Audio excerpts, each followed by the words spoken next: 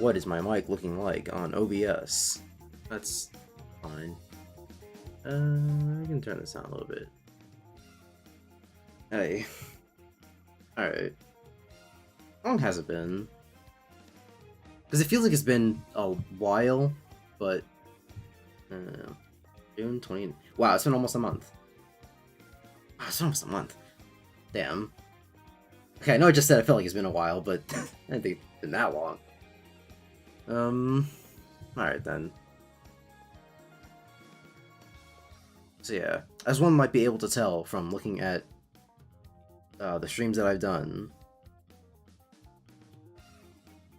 Yeah, looking at the streams that I've done, Lens Halo. I didn't finish that game, except I did off screen because I don't like it. And so I figured it wasn't worth doing on stream. But this other game that I don't like, Persona 5, that is worth doing on stream. Devin, no, hey, what's... I'm fine. Could be better. I think I cut my mouth on something earlier, because I taste blood, but not sure what it would have been from, so... It's really annoying, but livable.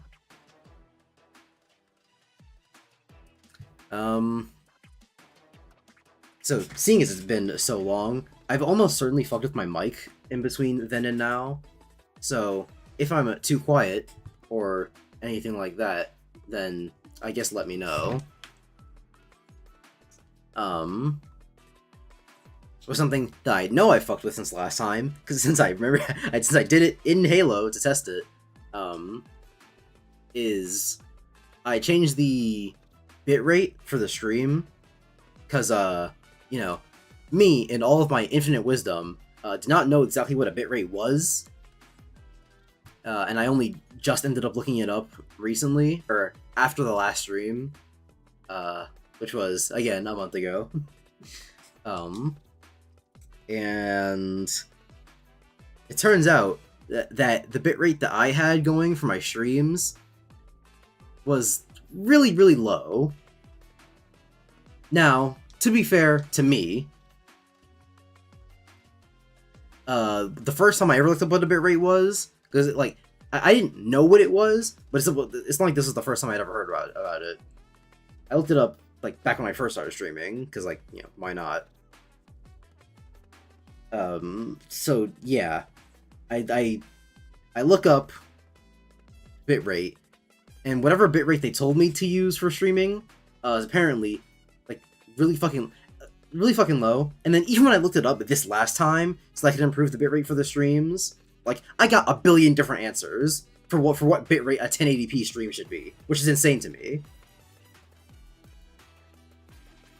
Like, there was one I got that was like 10. No, what I had it at before was 8,000. There was a different one that I got was 10,000. One said 13,000. One was like, I don't know, 20,000, something like that. To the point where I don't even look up like what's a good bitrate for a 1080p stream. I'm just starting to look up like, is there a limit on bitrate? Because you know, it's at the point where I'm like, maybe I just put it to however high it goes.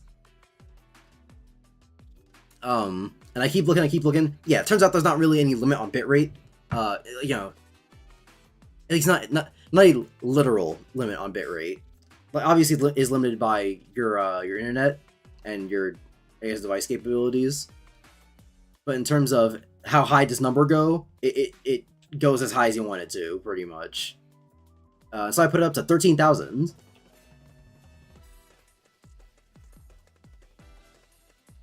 So hopefully all of my streams that look like they're almost the right quality but aren't will finally look good. Because something that has annoyed me about all of my previous streams is that whenever I go back to look at them, they always look like they're almost watchable, but then I start actually watching them, and they look like shit. So, yeah, I just cranked up the bitrate by a whole fucking lot. And so now, the stream should look way better.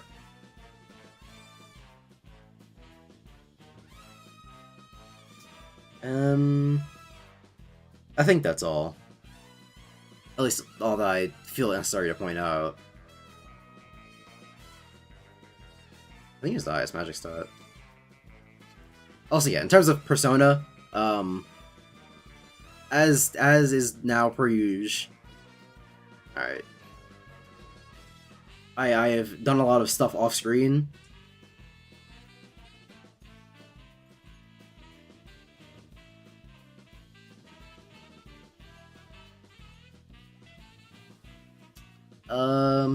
Cause like, yeah, I'm really only gonna do the palace stuff on stream. Hey, Jordan. I did a lot of confidants, changed around my personas a bit for confidants.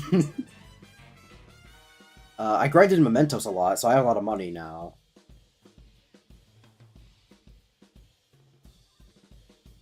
But aside from that, there ain't really much.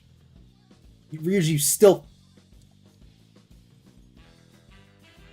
Right, alright. So in terms of Persona in particular,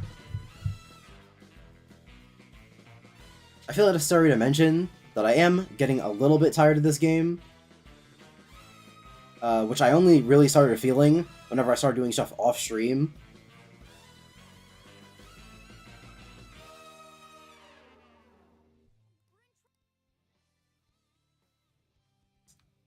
Yeah, I was doing, like, I don't even remember if it was Mementos or a Confidant. Or, no, it was definitely a Confidant, now I remember, because, all that shit. I was just doing Confidants and going, huh, wow, this is, this sure is a game I've already played. Which, like, you know, unsurprisingly. Hey, Alfonso, how you doing?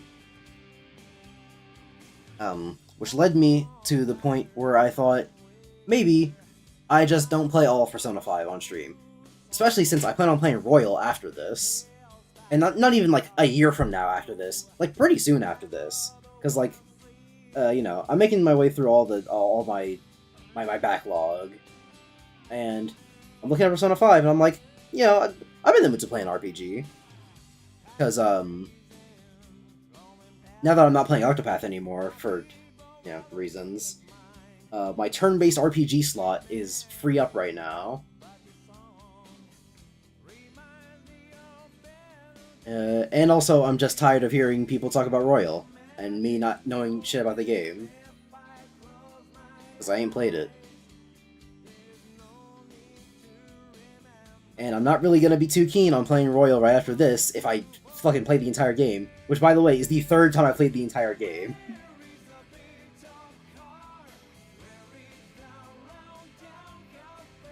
So...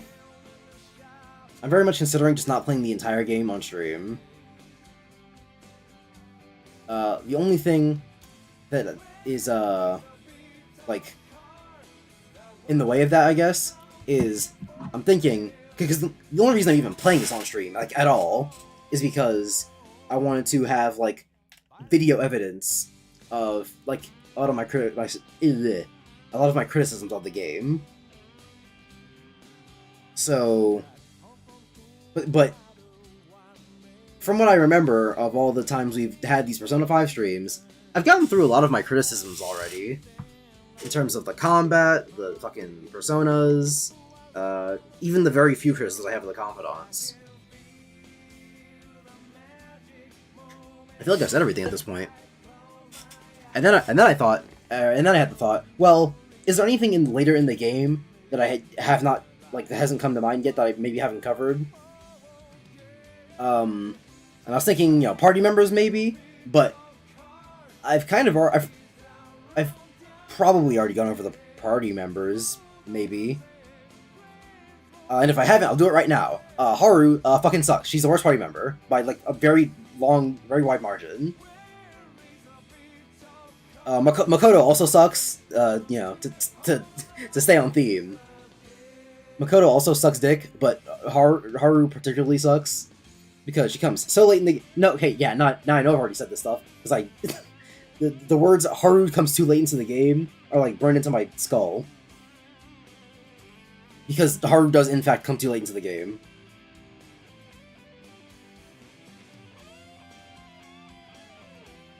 Um, she's too late to be useful. She's too late to build up her confidant as opposed to finishing the confidants you already have. She sucks dick.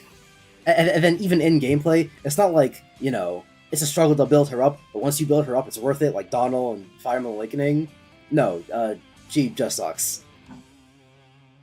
Because even once you build her up, she's alright, I guess.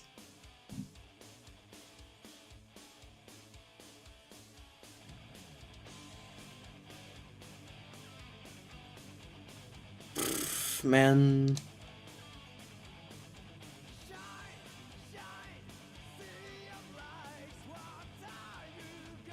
Eyesight Lighten.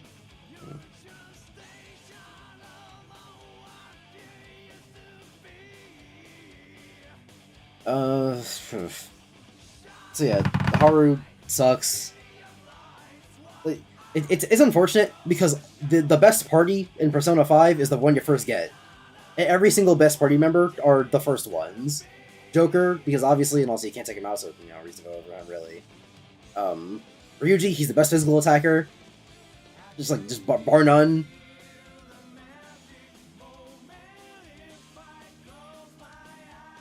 On is the best magic damage, bar none.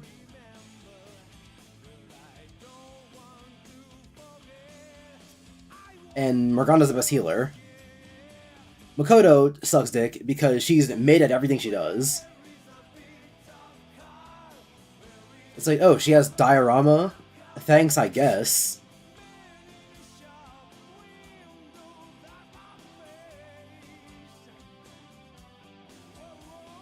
Ain't that helpful? Yeah, why not? Because, like, yeah, in terms of physical damage, she's whatever. In terms of heals, she initially starts out with stronger heals than Morgana, but that quickly becomes not the case. So, are you landing on them? Yeah, this will do enough damage. It'll do enough damage to one of them. God damn you, you asshole. Oh wow, that actually didn't kill anyone. Damn, you suck. Crit.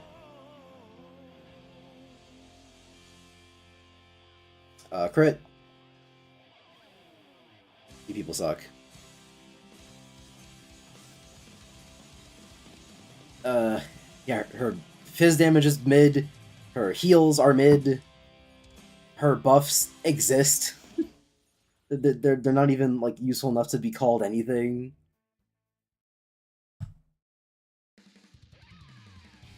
She's trying to be a jack of all trades and a master of none. And in an RPG, master of none's kind of bad.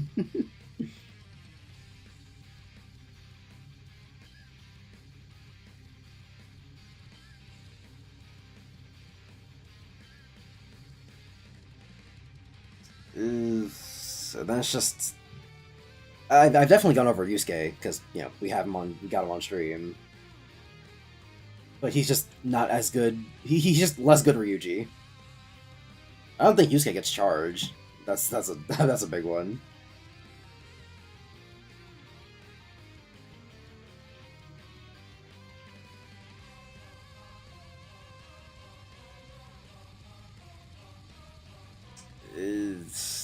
Then just Haru, Makoto, and Futaba's a navigator, so yeah. And then, like, what else is there to talk about in terms of, like, later gameplay? The palaces? For the most part, a lot of my criticisms of the palaces are, like, pretty standard. But, like, they're criticisms everyone has. I don't have to tell you Okumura's palace is boring. And I think Futaba's palace is fine, so nothing really to say about that one. The only ones I'd have anything to say about that I don't commonly hear from other people are Shido's palace and Sai's palace, which I would like to do. but that's also they're also the last two palaces in the game. So my whole thing of I have to play the entire game leads me back there. My throat hurts a lot right now, and I have no idea why.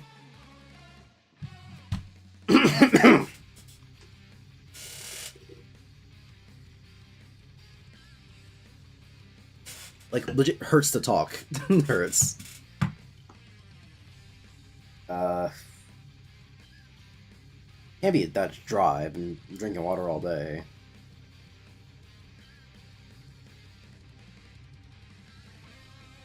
Does your throat hurt from being tired? Because, my sleep schedule's kind of weird. I woke up, at this point, 20... No, I got wait, I got 11 or 12? Or, no, I got about 11, not 10. So at this point, I got up 21 hours ago, which, you know, you don't need me to tell you, pretty long time to be awake. But I did take a 2-hour nap at some point, so... I woke up 21 hours ago, but I was only up for 19 of those hours. So... I don't know.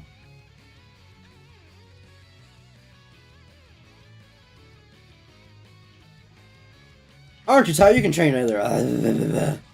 Why put me in the room if I can't do anything? I hate this game. I've definitely said that before. I don't know how I couldn't. So yeah, it's a while off for a bunch of shit that I don't necessarily feel like taking all the time to get through. Especially since, like I said, I'm only playing this game for stream at this point. Because everything else, I'm either going to be seeing anyway in Royal, like any of the confidants that I haven't finished, or I don't particularly care about. Like, filling out the Persona Compendium or whatever stupid shit, I don't know.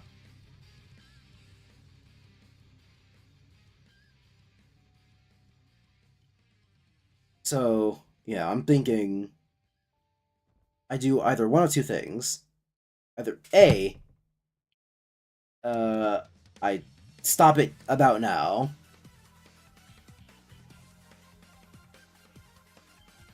I'll think about it.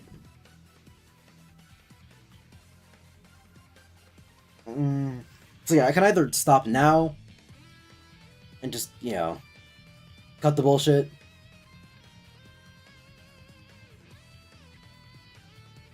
But, and then the other option is to see if I can get through this quickly. Because here's the thing, right? If I can get to those last two palaces in, like, a relatively quick amount of time, then, you know, I'll just bite the bullet and do it, right?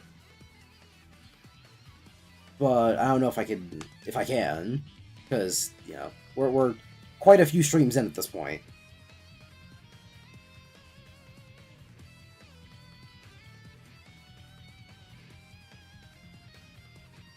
Thank you for giving me a tutorial about confidants this late into the game.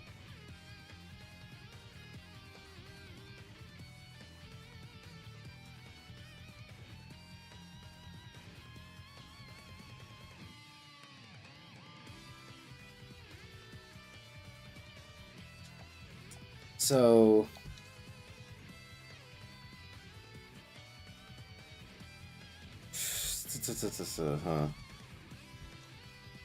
Alright, so yeah. I can either stop now, because there's not really much point at this point. I said everything I need to say, and I've shown everything I need to show. I've shown everything I need to show. Or I could try and get through this and see how quickly I can.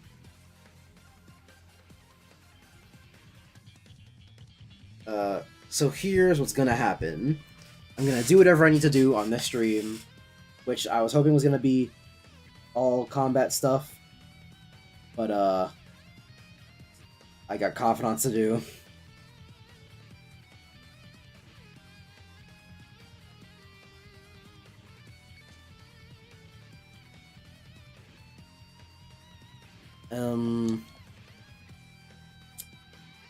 Yeah, I'm gonna do what I need to do on this stream and see how far I get in both the palace. Actually, no, mostly in the palace because that's like the important part.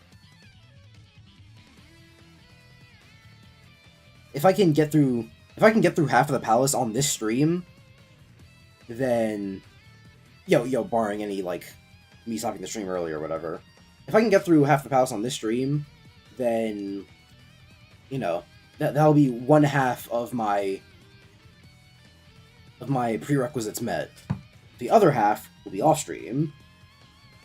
If when I do my off stream stuff, it takes me a while to do like simple thing, because you can get through the palace in 2 days, 2-3 days, because there's the mandatory you get kicked out part, and then you have to send the letter, the calling card, all that bullshit. You can do the palace in 3 days, assuming you just get through all of it in their individual runs instead of constantly coming back to them, because why the fuck would you? And so I'm thinking, if I can get through the entirety of up until the deadline off stream in a relatively short amount of time, like 2-3 hours, then I'll just keep trucking, because it'll literally just be a day of do on stream, do off stream, and then the next day do on stream, do off stream until, and that'll only take like a week's worth of streams until I'm at the end of the game, until I've beaten the game. So that's hopefully. If it turns out that isn't the case, and even just passing 18 days off stream, or however many minus the palace days, it turns out that takes up like hours of my day, then I'll say fuck it. I'll say no, actually, I don't want to play the entire game over again. Which I think is completely fine.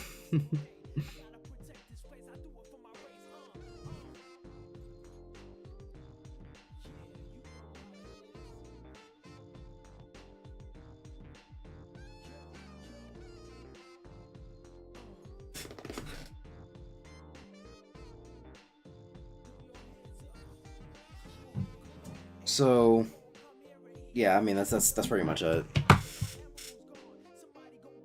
So it's a real we'll see what happens type of moment. And then it's like, do you want to fuck Tay? Yes, I want to fuck Tay. This isn't a joke, I want to fuck Tay.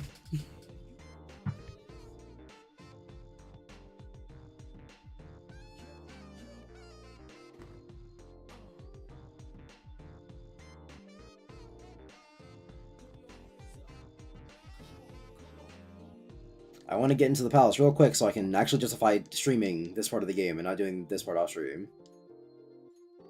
Sojiro up. Well, not up actually, but chance for Sojiro up.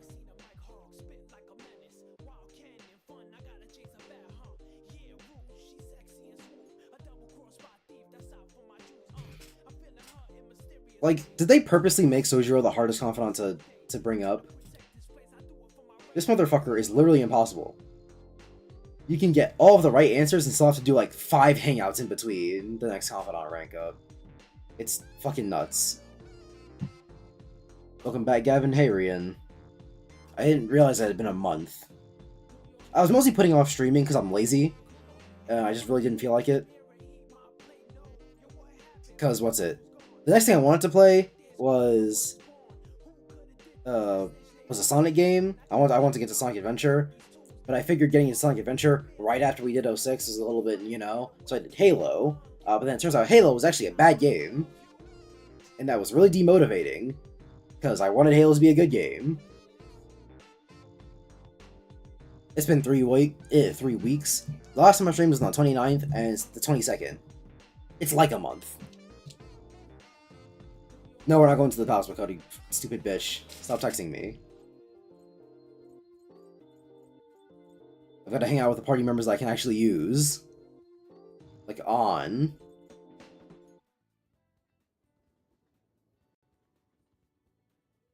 So yeah, then I played Halo. That was pretty demotivating because I wanted that game to be good. And through, I guess, just being tangentially related. Yeah, whatever you're talking about on.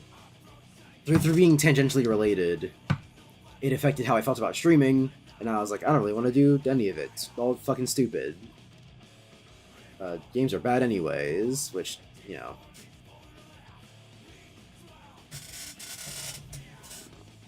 But, eventually I remembered that I still had Persona stuff to do, and I was like, okay, well, that's a game I actually have to play, since there's a reason I'm playing that game as opposed to just because I want to play it. Just skip to Halo 3 or 2, or torture yourself and emulate Sonic Chronicles. I've already said that I'm not doing Sonic Chronicles on streams. It's not happening.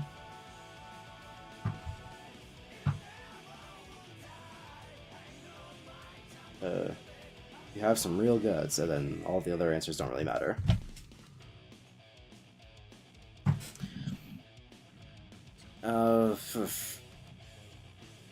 And I don't know, I might not even do the other Halo games on stream, because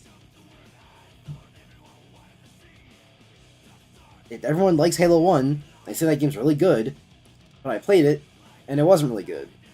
So, everyone fucking lied. They could be wrong about Halo 2 as well. I like Halo 3, but the last time I played that game, I was like, what? How old were you before 4th grade? Like, 9 years old? Yeah, last time I played Halo 3's story mode was like a decade ago. And even then, I didn't play the entire thing. I only played it was at my friend's house.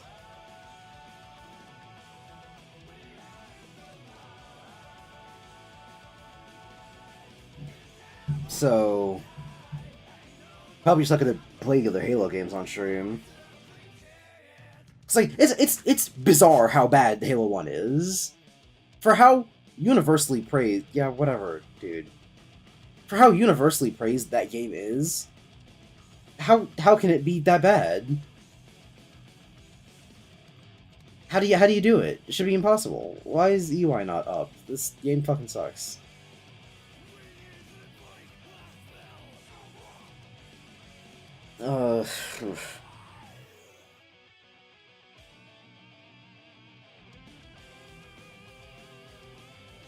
People always defend Halo 1 because it's a classic or something.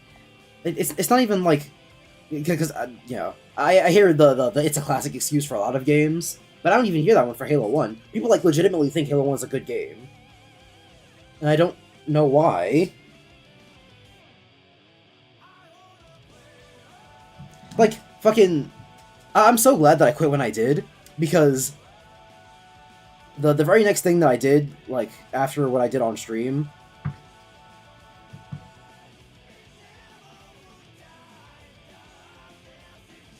is I don't know, you're like walking through a ship or something, and there's a certain point where you walk through a door and there's like a chasm into a green pool of liquid, and Cortana goes, "Oh, it looks like the ship's destroyed. We should go search a different way." And me, like an asshole, listened to Cortana and went and searched a different way, but every other way was closed off. You know, you can't go anywhere, obviously. And so me, like an asshole, has to look up, you know, where the fuck am I supposed to go? And it turns out that fucking, I wonder. And it turns out the place you're supposed to go was the place where Cortana was like, "Yeah, we can't go this way. Go a different way." Like, what the fuck? what are we doing here?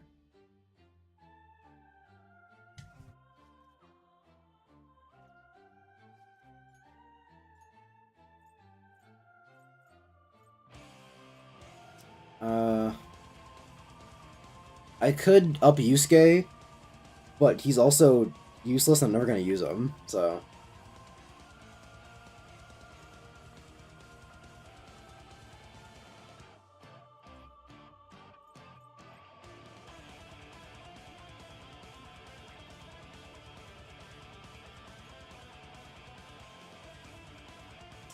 I'm looking for a specific card, and I might just not have it. I was just here.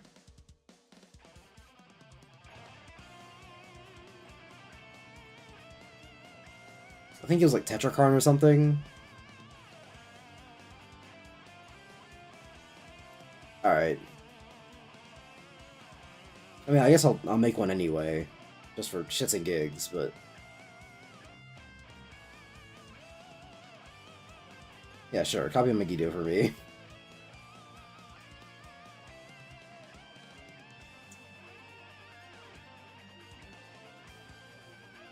Persona turned out to be the antagonist all along, like in Halo 5. Yeah. She was leading me astray the whole fucking time. So, yeah, the Halo one sucks. How did I even get to Halo? Right, I was talking about like what I did in just the last stream.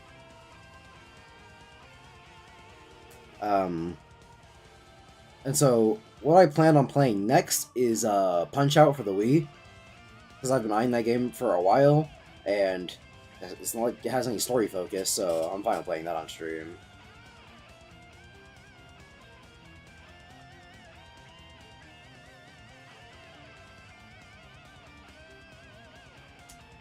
And that should be it.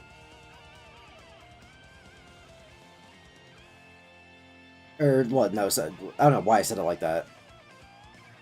Who the fuck carries a cat in a backpack in public? Who fucking knows? Play with motion controls? How do you expect me to do that? I don't know if you know this, but you can't exactly emulate swinging accurately swinging a Wii remote and a nunchuck on an emulator. You can emulate shaking them. You can emulate pointing them. You can't emulate swinging them.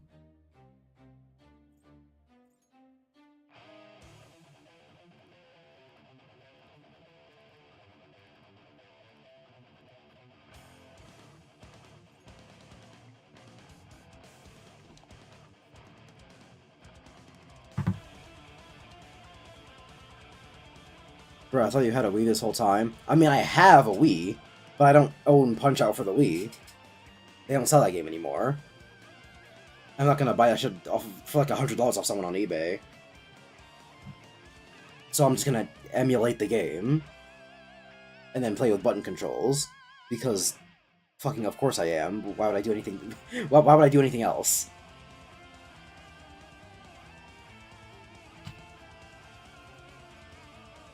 I should have saved before I went into the palace, but fuck it.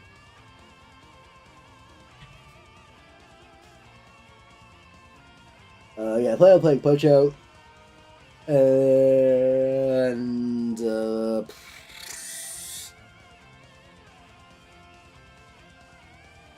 then probably just Sonic Adventure after that.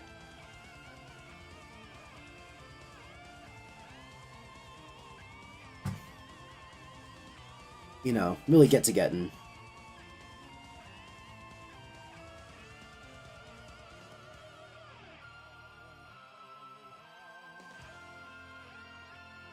And then hopefully things are just clear from there.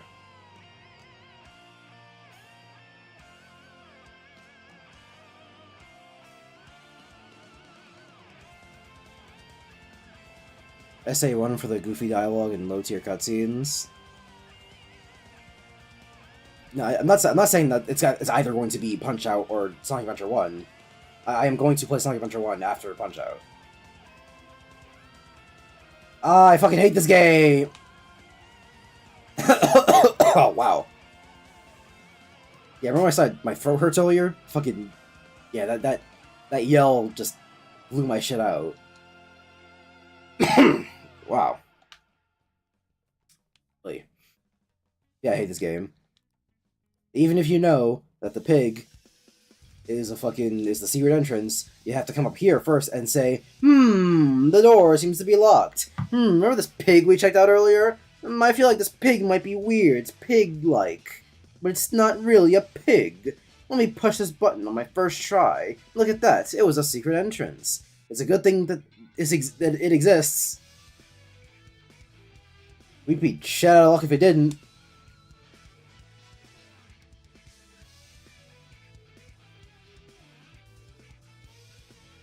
Anyway. And yeah, I have a lot of ideas for things I want to play on stream. The only problem being that, you know, after Halo 1, I'm sitting here like an asshole, being like, oh hey, this is a game I want to play on the stream, but the game might turn out to be a crock of shit. And not a fun crock of shit like Sonic 06. Not to say that Sonic 06 is fun, because, you know. But that Sonic 06 being a crock of shit, I can get content out of that, because the game is a wild crock of shit. But with Halo, that game was a crock of shit and also insanely boring.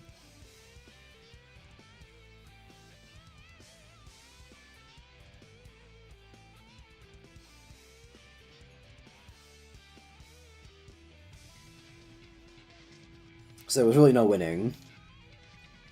Money on the motherfucking mind.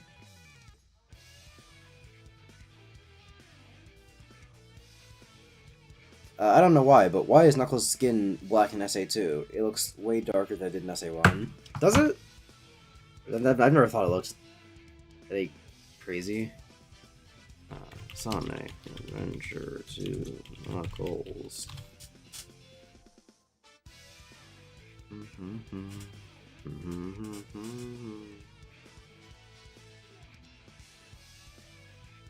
And then let me look up Sonic Adventure 1 Knuckles.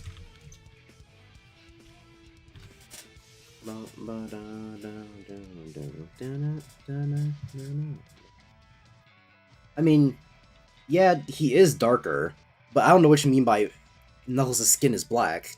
It's absolutely not. It's tan at best. I don't know what black people you be around that you think this is black. It's barely even Latino. God damn it.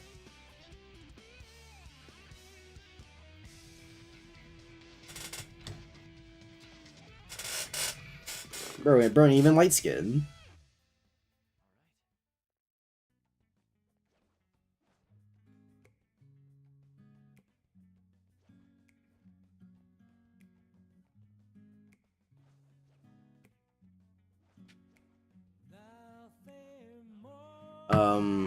Yeah. So Sonic Adventure 1, Sonic Adventure 2, I'll just do Adventure 2 right after Adventure 1.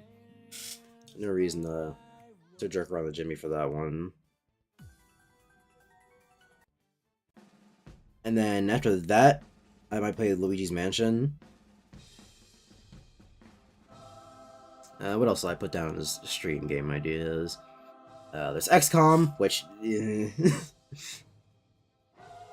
I want to do the Kingdom Hearts games, but I don't own a PS4, so. There's also Shadow of the Colossus. I put down Odyssey in my notes, and I assume that that meant Mario Odyssey. But do I really want to play Mario Odyssey on stream? I don't know, maybe. I mean, shit, I'm playing Persona 5 on stream just so I can, you know, make my criticisms of the game known while I'm playing it. I could just do the same for Mario Odyssey.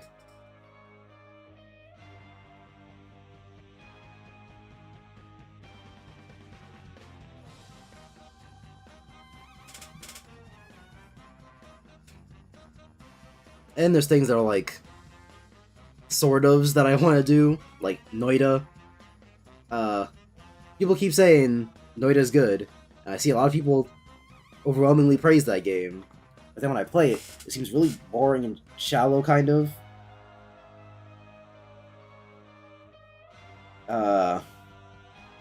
It's like the most mid roguelike I've ever played. And it doesn't help that there's no tutorial for, like, any of the complicated systems of the game. The only tutorial you get is, hey, you can shoot wands and you can kick stuff. Which is, you know. So maybe I just want to fuck around and play that on stream. Though, then I might want to play that on Twitch, because I actually have Switch integration, so... But I don't know, that's all stuff for later. Matter of fact, why does it seem like everyone got a 10 SA2 and less polygons? I...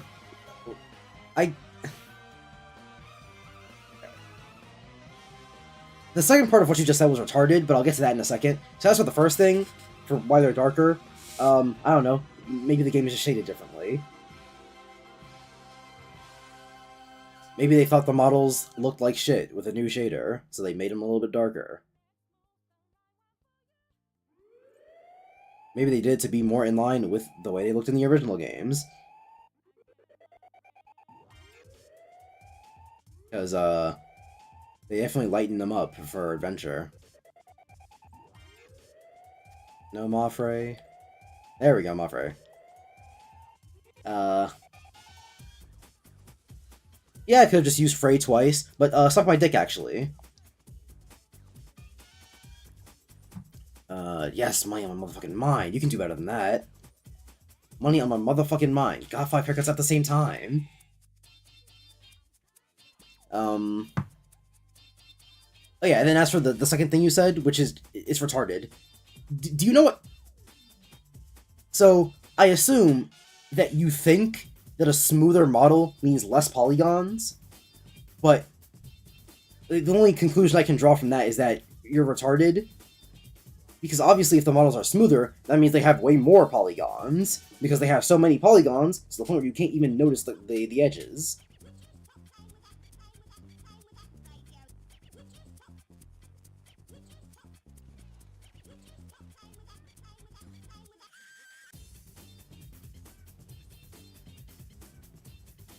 So I don't know what you mean by less polygons. It's just a retarded thing to say. It doesn't make any sense.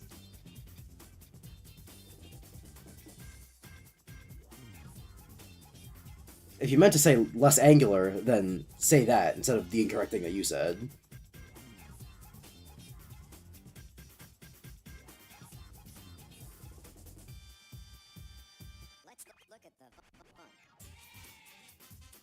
I'll be honest, both the SA1 models are better. They all look like shit to me, so I don't care.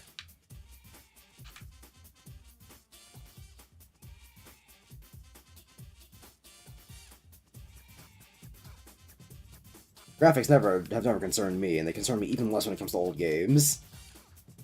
Because it's pretty much a given that they're gonna look like shit.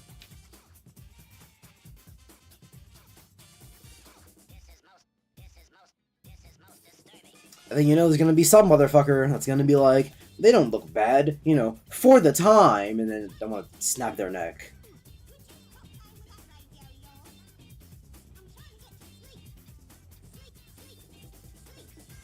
Because fucking for the time is the most useless piece of shit, annoying response to criticism I've ever heard in my life.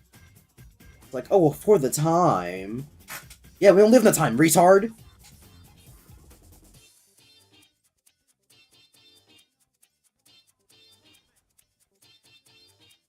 I know your stupid ass wouldn't make this argument for any other thing. Niggas be out here saying racism was bad, and then someone respond with, well, you know, for the time. Hate that shit so much.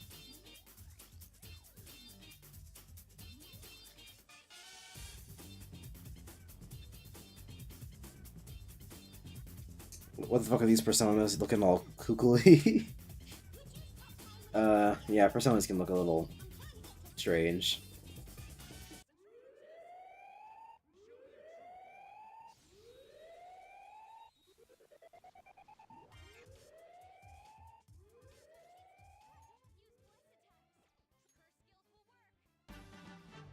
I assume that she said, don't use bless attacks, and I just heard it weird. It definitely sounded like she said use bless attacks, which is not the correct thing you're supposed to do against these enemies. As indicated by when I checked them and it said they're null to bless.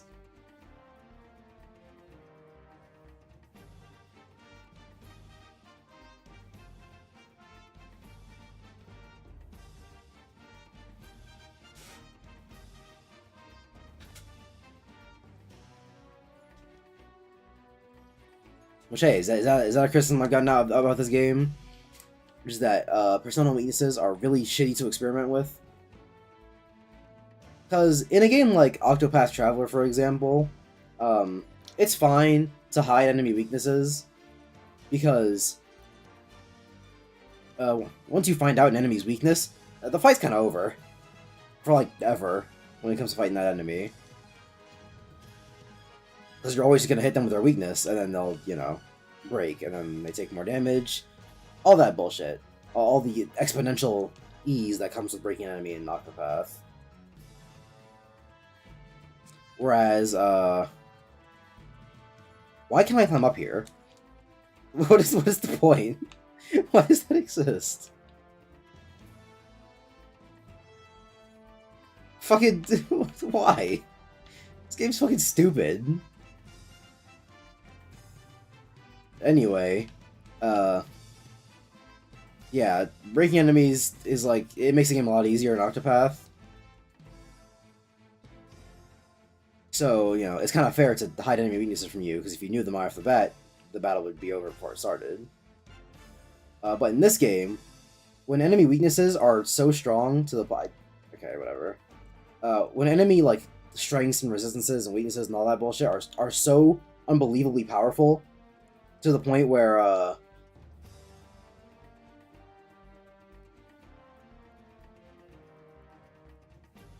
what does it mean by that? They might be quicker or smarter than other enemies.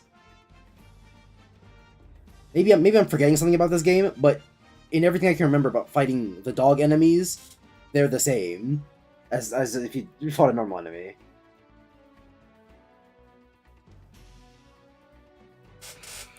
Who are you dating in this game? Since I heard this game has some sort of dating feature. Wow, do you really not, like, know anything about Persona 5? That's fascinating. Considering how popular this game became, it's very surprising you would know anything about it. But yes, this game does have dating sim mechanics, but you can date multiple people. You are allowed to sex up every female in the game, even the one that's your surrogate little sister, who's like 14 years old.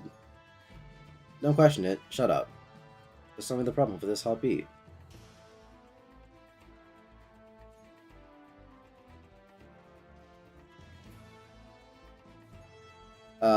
And what's it? It's weird because there's no benefit to only dating one person. If anything, refusing someone whenever they talk about wanting to date you or not is actually less efficient, because it's gonna make you take longer to get to their max rank. So there's really no point to only dating one person, unless you're doing it for the roleplay or the immersion. And I don't care about immersion, because you know, I prefer a fun video game. Surprise, surprise.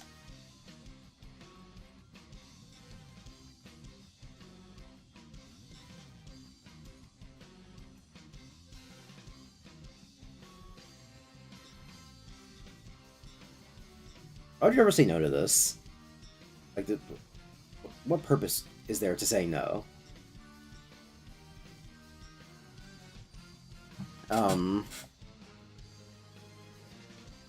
Yeah, there's really no point to only dating one person unless you're doing it for the immersion. So, yeah, just date everybody. But in terms of who I would date if I were to only date one person,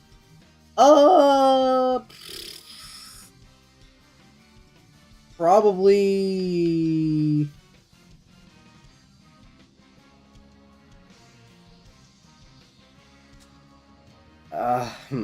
I don't know. It's hard, because my favorite female that you can date is Futaba. But Futaba is your surrogate little sister, and that shit's weird. So, ain't a big fan.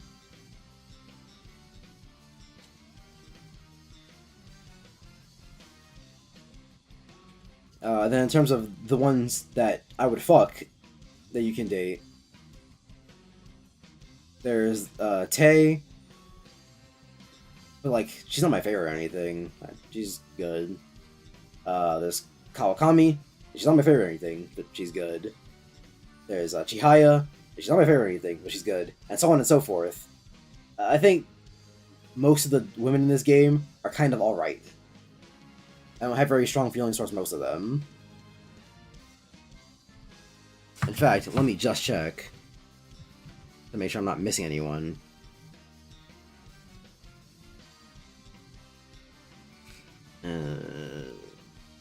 There's fucking Oya, but no one likes Oya, so.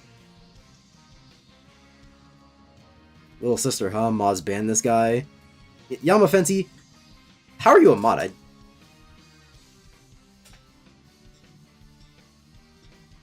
This must be someone on a different account, because how the hell are you a mod? I don't recognize that name. But also, I said that I wouldn't fuck Futaba. She's my favorite, but I'm gonna fuck her. So yeah, Tay, I like her, but she's alright. Oh yeah, she sucks, no one likes her.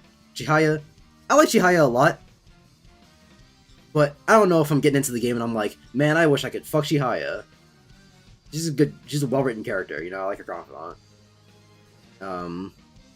There's On, and she's alright. There's Makoto, and I don't like her, but from a writing perspective, she's alright, but I personally don't like her, so. Oh yeah, there's Hifumi, the chess one. I guess maybe her, I don't know. And then there's the teacher, and she's alright. I haven't played Royal, so I don't know about Kasumi.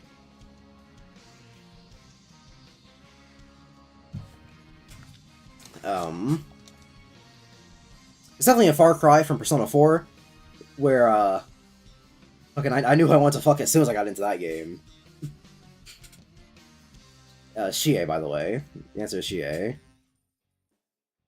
It's never ever gonna be anyone but Shie.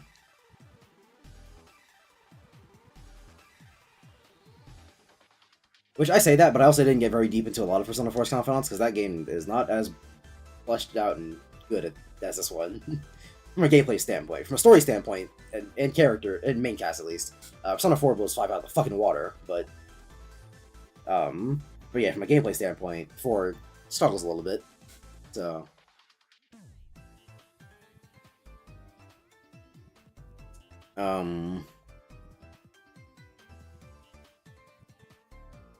Yeah, I say a lot to say, it's a much easier decision to make in 4 than in this game. But, it is what it is.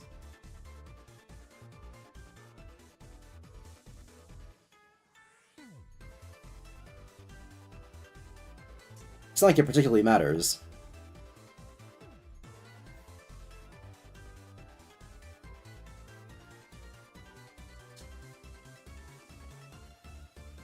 Is he behind me?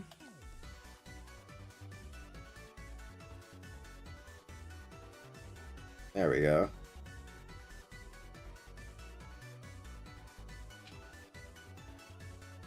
This is a stealth game, by the way. I'm the boss, need to ban this guy. Your favorite person to date is on mine? That's kind of sus. What the fuck? Oh, no, you're talking about Chie. Listen, when I played Persona 4, I was 17. So, morally, there's nothing wrong about it. You know I have a bitch with Maeha. Don't fuck around with me.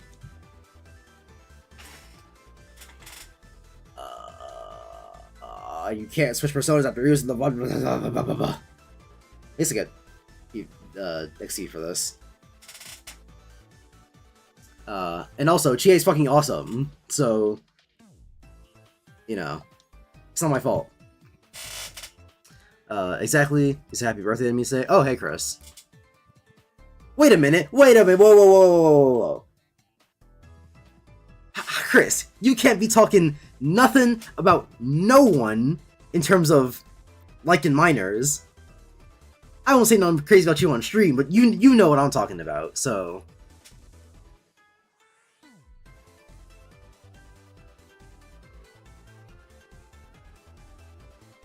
Bro, Gavin is a bad friend. L's in chat.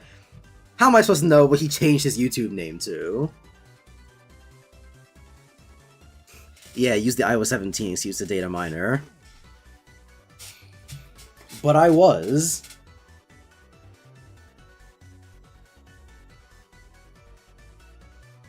In fact, 17. Wow, I played Persona 4. So if you have any problems, you build yourself a time machine and take it up with 17-year-old Gavin.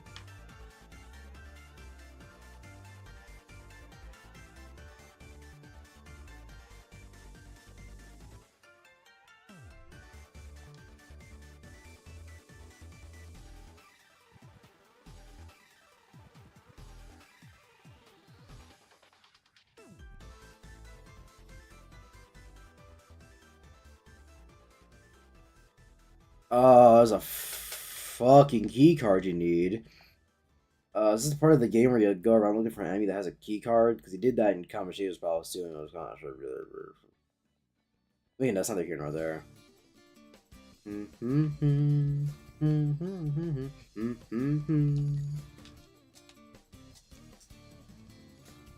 Sonic music, am I right?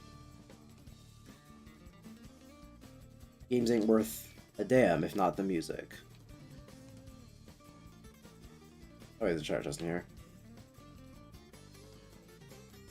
Alright, bitch.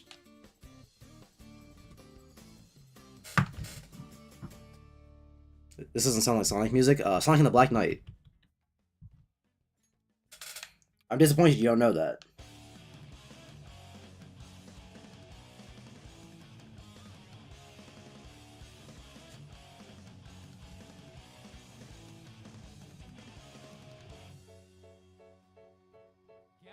Yeah, that's what the secret entrance is.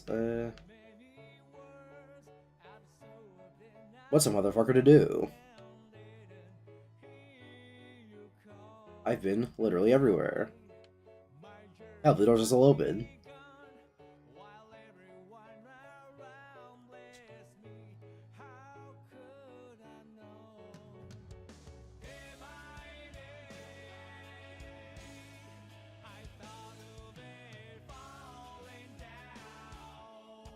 Cap. This isn't something. Oh, I already read that.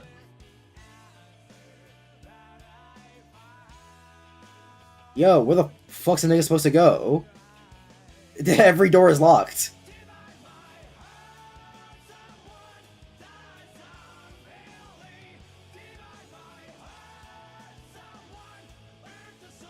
Right, right. My bad, my bad. Forgot about this, mechanic? Is that the right word for this? I don't think so.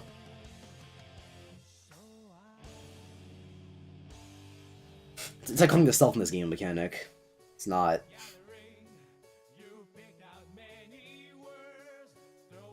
Bless, but that's fucking stupid.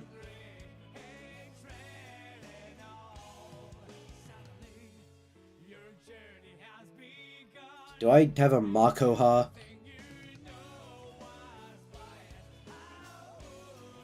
Yeah, I do. Why didn't you fucking put me on this, you stupid asshole?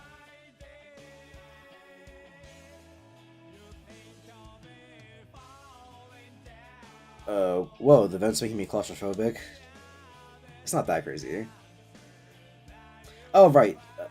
This is a quote-unquote mini-boss, so I have to kill him. No interrogations.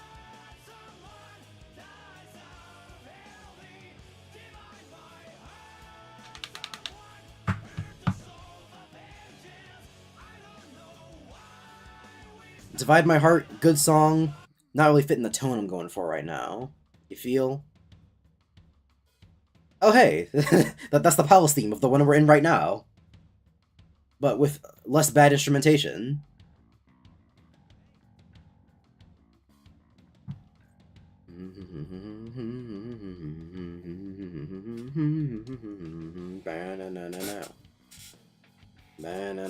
So good.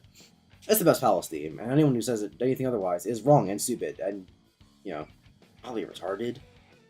But, you know, we're not allowed to say that in the current day and age, so... Gotta curb your enthusiasm for that word, so to speak.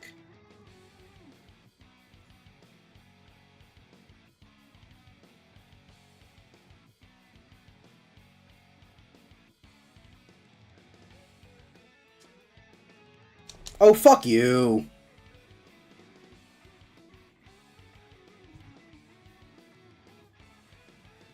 No, no.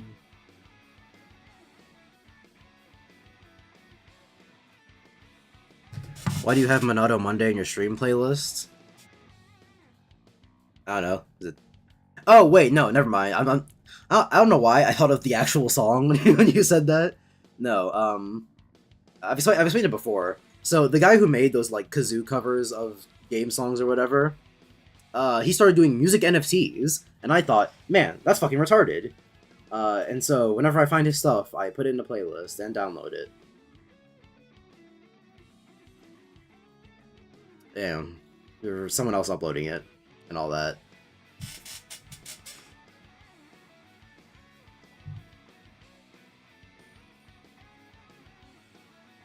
And also, it's just a good kazoo cover.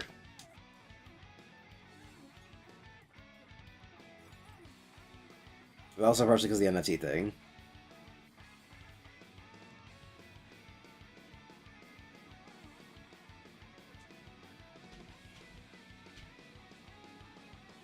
Is Dogger gonna spawn? Alright, cool. Now time to do some Dogger? No. Is it Sats? Okay, there we go. Yeah, time to do some autistic rearranging. Fuck.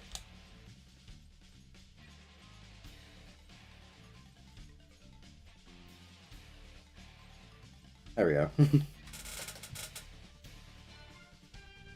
Like, when I say autistic rearranging, I mean autistic rearranging. Literally, it doesn't matter where any of these things are. It's not like I'm ever gonna mistake a move for a different move for being in a wrong place or whatever. I'm just autistic and like it when they are in the right when they're in the right spots.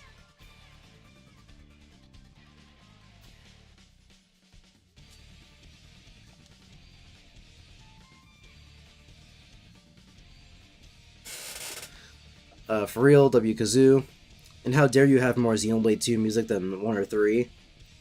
I mean, I like more of 2's music than I did 1's. And I haven't played 3, which I've already explained to you, so stop fucking bringing that up. You retard. Because he's a fake fan and has no taste. Yeah.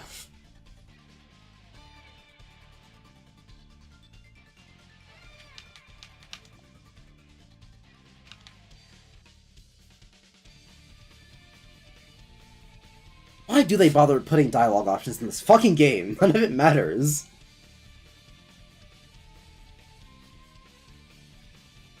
Maybe that's why I feel like I want to fucking get this game over with so badly. It's because so much of this game is wasting your fucking time.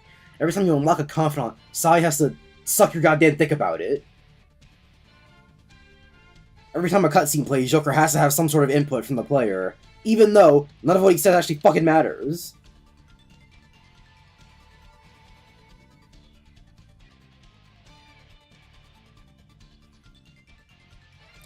Three is goated though. That's what I hear. So I'll get to it when I get to it.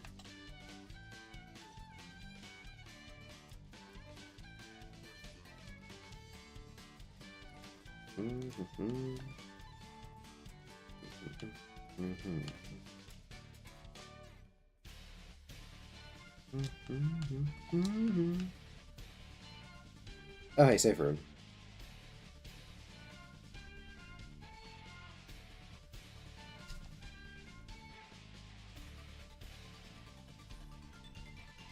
Maybe I'm just losing my patience for games, wasting my time. Yeah, as I grow older in my weary age. Where's the one healing item you can only use in thing?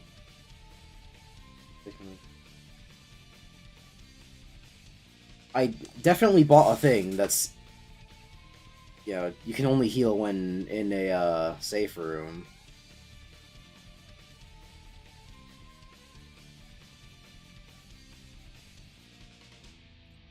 So, where is it? What the fuck?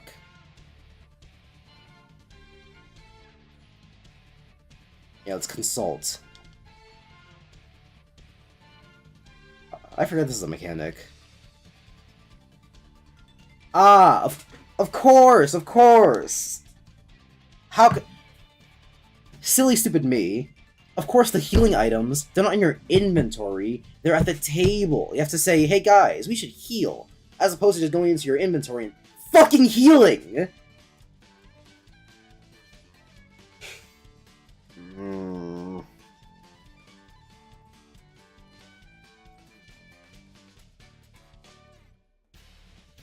Like, I'm sorry, but what the fuck is this game supposed to do for anyone? Let alone me. I like good games. So when shit like this happens, it's like, what am I supposed to say?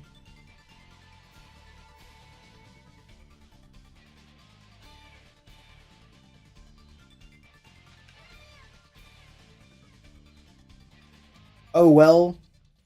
Get him next time, Atlas. When you release Persona 6 in 2024.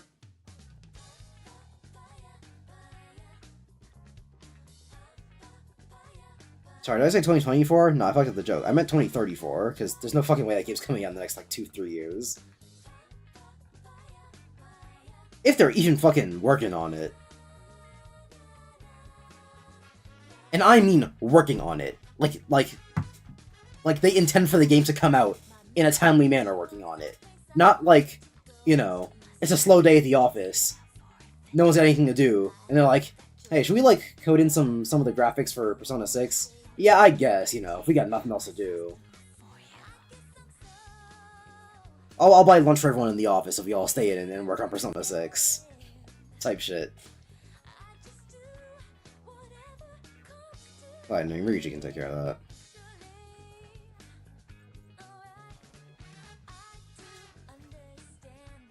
Because Persona 5 is such a moneymaker. Why would they ever make anything else? They're coming out with a new Persona 5 game right now. It comes out in, like, October. Persona 5 came out fucking 8 years ago.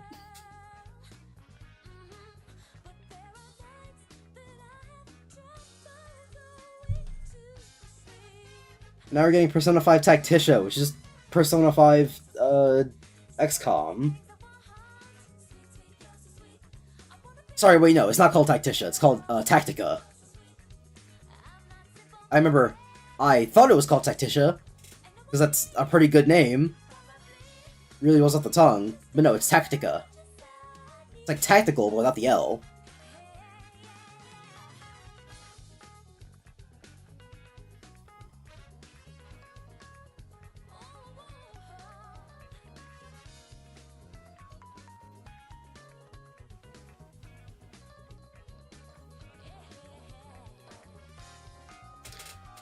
Is this Gavin's theme? What's that supposed to mean? What does that mean? What the fuck?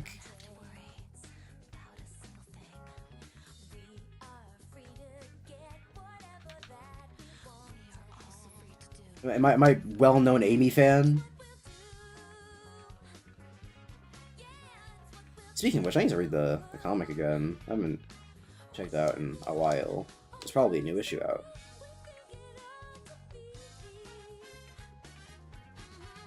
There you are.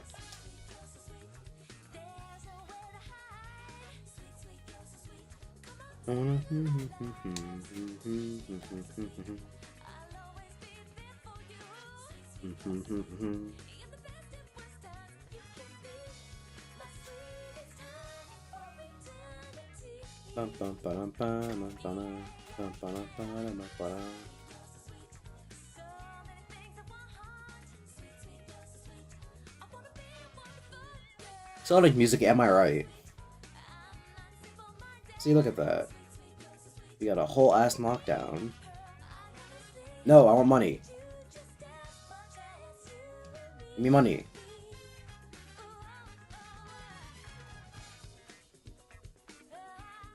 I would be worried about this if you weren't fucking stupid. God damn, 3 Morgana Lucky Punches. Why am I even playing the game?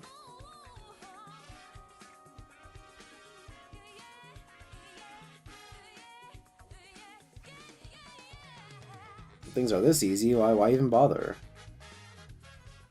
Show me the mummy.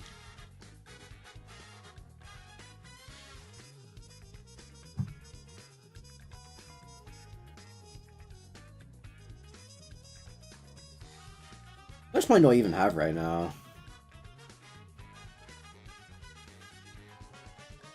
117 thou.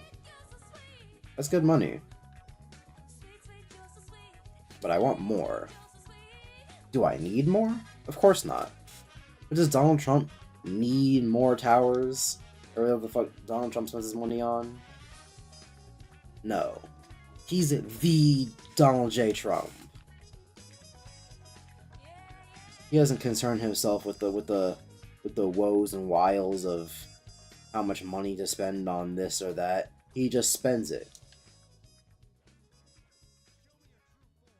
Speaking of Donald Trump, I've been watching a lot of South Park recently. Because, I was playing Metal Gear Solid 5, and I needed something to watch while I was grinding in that game for all the achievements. Which, by the way, don't do unless you're an achievement hunter, because that shit sucks. It's really boring.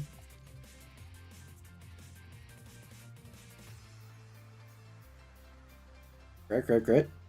Morgana, you fucking fucker.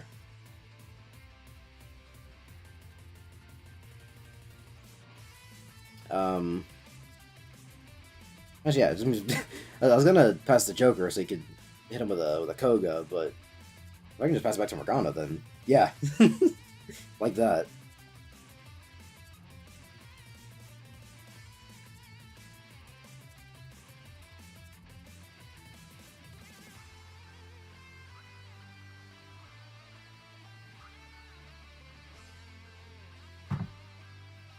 What was I talking about? Right, South Park. So, yeah, I needed something to watch while I was playing Metal Gear Solid 5. And I was like, you know what, I've been meaning to go back and watch, like, all of South Park.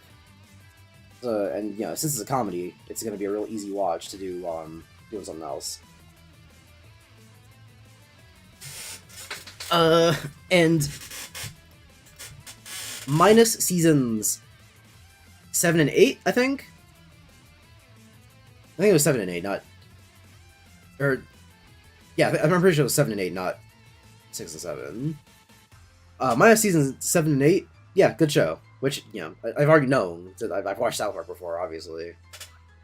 But, even back in the olden times, good show. Fucking, I don't know, dude. That's not who I meant to target.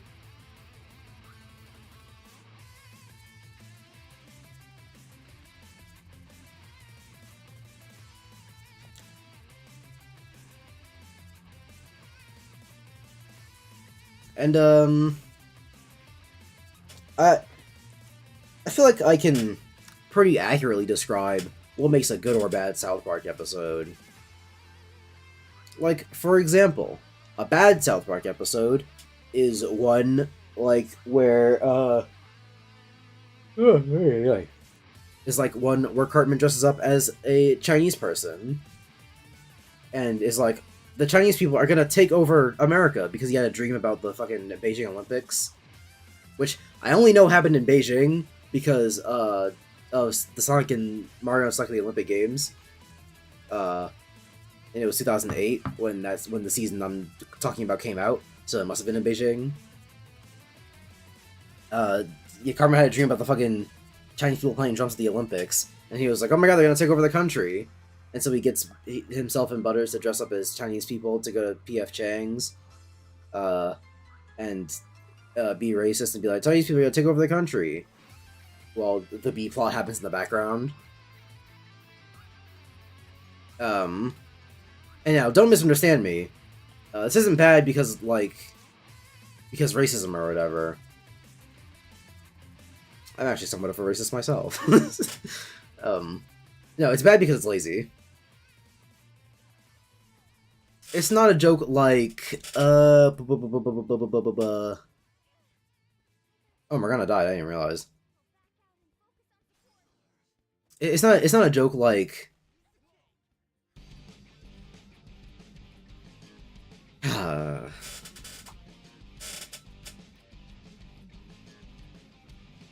It's not a joke like N-word guy. I can just I can just shorten it to nigga guy.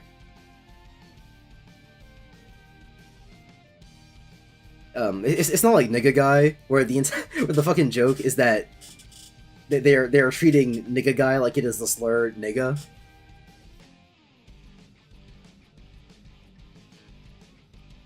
But with a hard R. Which I know it sounds weird that way, but... Why do I make these references? Who am I making these references to? Okay, anyone who's listened to Bonfire by Childish Gambino is gonna be like, is he referencing Bonfire by Childish Gambino? Obviously I get the reference, I'm the one who's fucking making it. Who am I making it for? Anyone who gets the reference is gonna be like, well, why would he make that reference? Such a random thing to reference. Bonfire by Childish Gambino. Alright, well, fuck you too. Anyone who doesn't get the reference is gonna be like, why did he feel the need to point out that it was weird that nigga sounds different with a hard R? Anyway, insane tangent over. Fucking, I know it's a schizo moment, but like, I think of these things sometimes. Completely derailed myself from whatever the fuck I was talking about. Right, nigga guy. The joke there is that they're treating nigga guy as if it is the reference, as if it is the slur within the phrase nigga guy. And the joke being about how words hurt, said by the people who said the nigga part of nigga guy. And the fact that they play it completely straight is what makes it funny.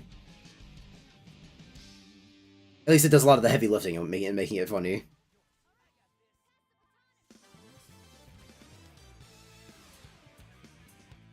But with the Chinese episode, it's like, well, what's supposed to be the joke? That Carmen's an insane person? Well, yeah, we already knew that from, every episode of South Park that came before it. Is it maybe that the Beijing Olympics drum thing was weird? I don't know. Maybe this is a symptom of me being 4 years old in 2008. So I didn't watch the fucking Olympics, obviously. And if I did, I don't remember it. But were people weirded out by Chinese people playing drums at the Olympics? Were people like, damn, there's something weird about this? I think they're gonna take over the country. Because, South Park being the topical show that it is.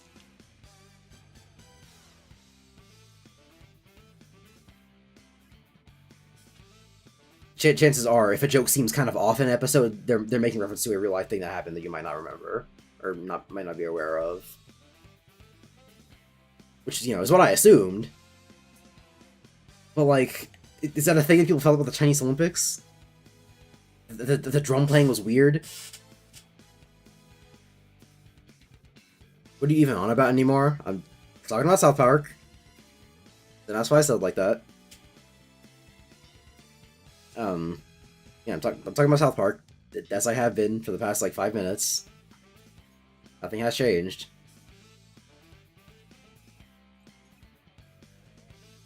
Probably shouldn't have used Mazeonga, because the fairies are strong against it. Oh well. I probably should use Freyha. Or Freyla. Or Frey, what the fuck ever. The one that knocks down the guys. That I need to knock down.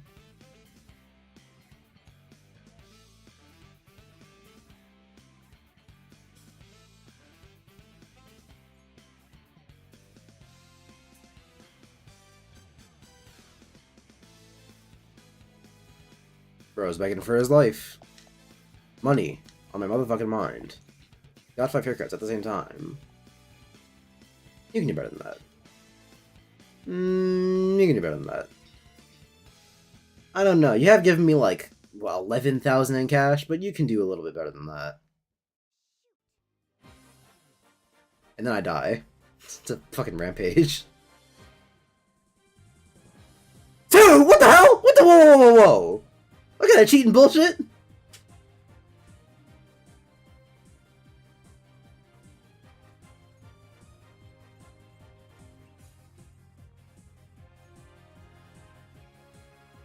Jesus. Back to South Park, I guess. So yeah, so point being, the China is gonna take over America episode isn't really all that funny because there is really no joke. It is just Cartman being racist to Chinese people for the entire episode, which isn't new for Cartman. Obviously, it's kind of like his thing. But yeah, Cartman being racist is always accompanied by the joke. Oh, I should have Makoto heal. Duh. I'm not fucking using her. So yeah, they're just gonna have her be a healing battery. It's like Savit was right on that one. But you said you were kind of racist though earlier. I didn't say that. So yeah, it's just Cartman being racist for an entire episode, which isn't new for Cartman. Obviously, that's like that's a part of his thing. But Cartman being racist is usually accompanied by the rest of the joke / the rest of the episode. You can make the entire episode's plot revolve around Cartman is racist. You got to do some serious heavy lifting to make that funny, and they did not for that episode.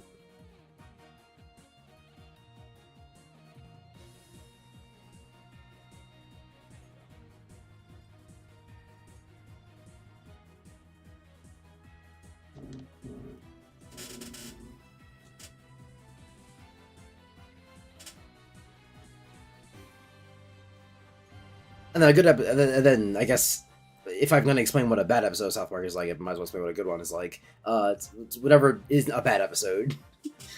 It's pretty self-explanatory. South Park is a comedy. If the episode is funny, then it's a good episode. I'm sure there are some people who are like, it's only a good South Park episode if it's accurate with its political commentary or its topical humor. And I'd argue that's fucking stupid and incorrect, actually.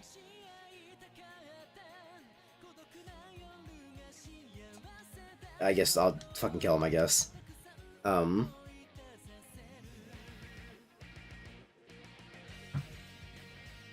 Because, you know, South Park being topical, that is layered on top of what South Park is, which is a comedy.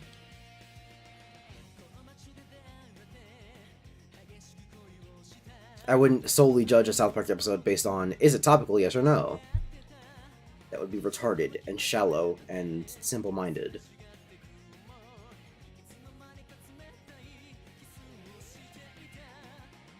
Fucking my two other favorite comedies are It's Always Sunny and Gumball.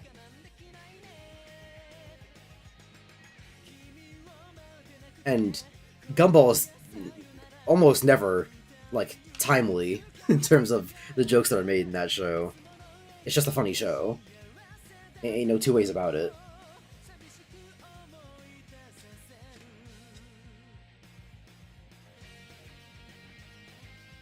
What about the episode where they had to do with Muhammad Ali and they had to censor that whole speech Khaled did at the end?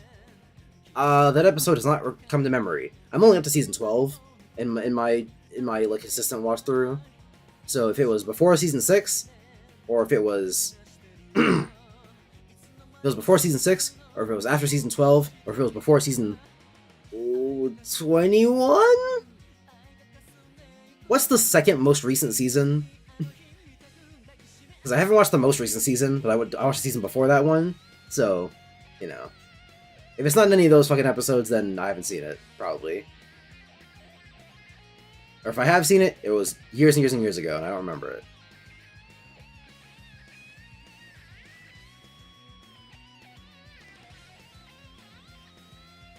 Banana, banana, banana.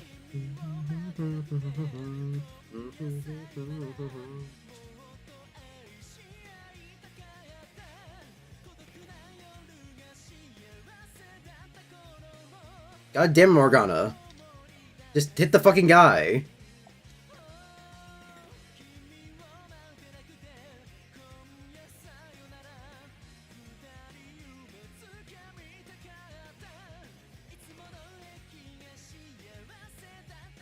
Yeah, you forgot, idiot. How you gonna use a skill when you forgot? Retard. Get the brakes beaten off of you, stupid.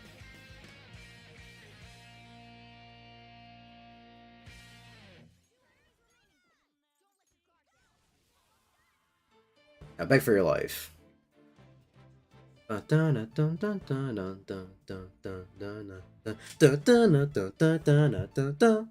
good. Have you played the South Park games? No. I know basically nothing about Stick of Truth, and I've watched a Let's Play of The Fractured But Whole.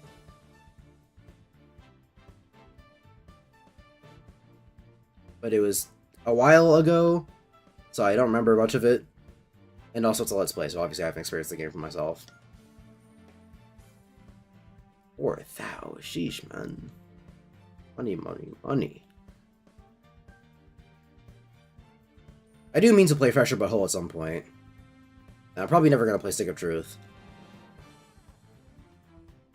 Because if the gameplay of Stick of Truth is anything like Fractured But Whole, I'm gonna assume that I'm correct in assuming that the gameplay is gonna be mostly the same between the two. And so if you play one, you probably need to play the other.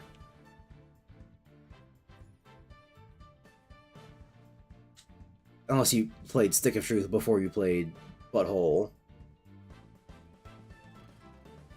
In which case, you know, you didn't really have an option.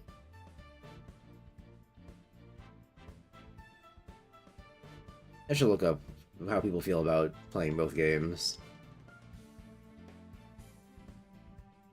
Because I am making an assumption about their gameplay, but for all I know, I'm stupid and wrong.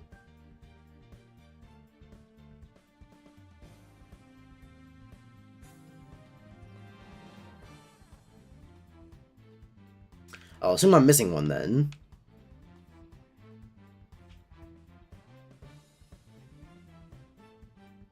You guys ready to go on a fucking scavenger hunt? Find the good game. It's hidden around here somewhere.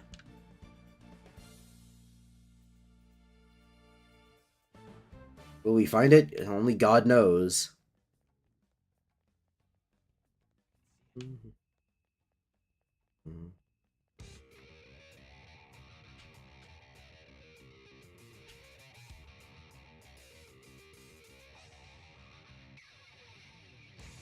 I didn't press this one yet, of course.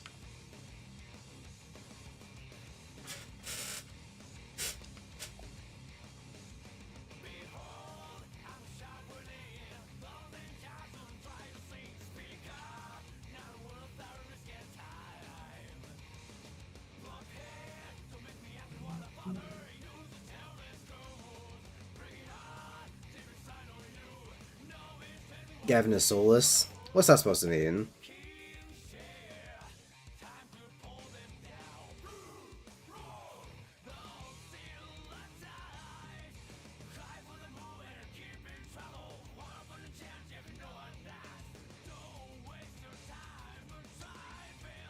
You wanna be crazy?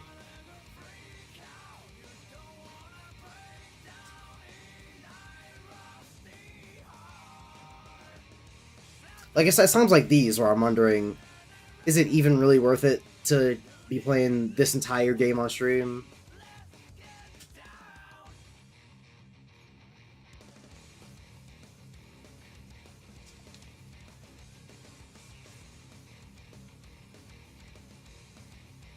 Excuse me.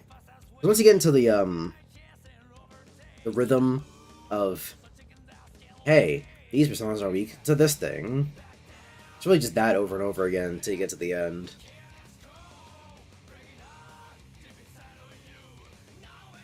Persona 5's battle system is not as good as you think it is.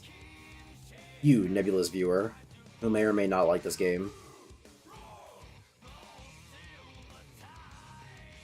I don't know how far you got into Persona 3, Rian, but don't expect big things. All Persona games suck.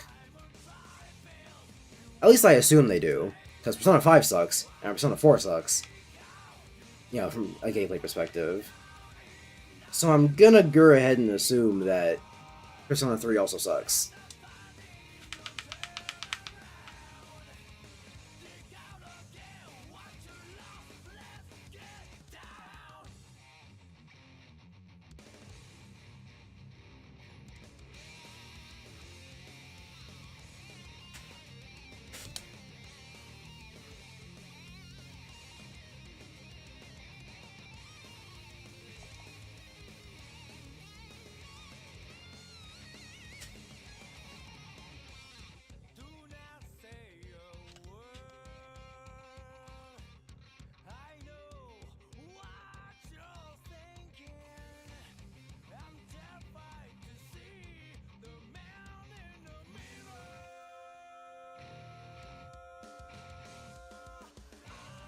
Oh, this is a complete area change.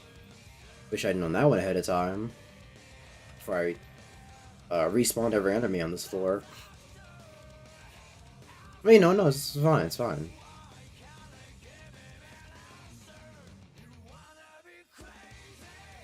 Oh, you know what? Hold on. I get it.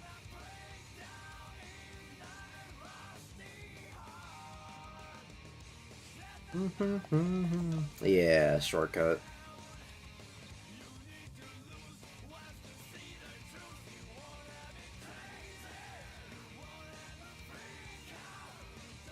Like, I understand the idea of the Souls mindset when it comes to level design, where you want to make it so that a player coming back through an area can, you know, make shortcuts to make the return trip easier. But it doesn't really work in a game like this. Well, it doesn't really work in a bad game, but to be more specific, it doesn't really work in a game like this because in a game like this, everything is functionally kind of already a hallway. And so when you make a shortcut for yourself, it's not like, oh,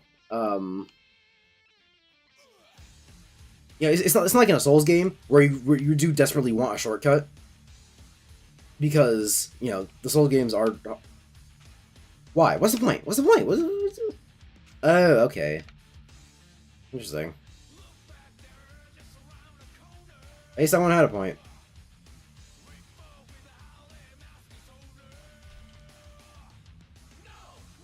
Shit, I bit my lip. How unfortunate.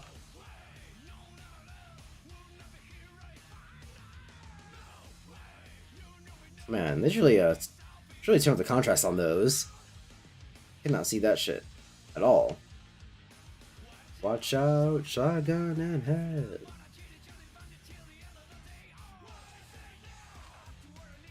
Well, fuck you.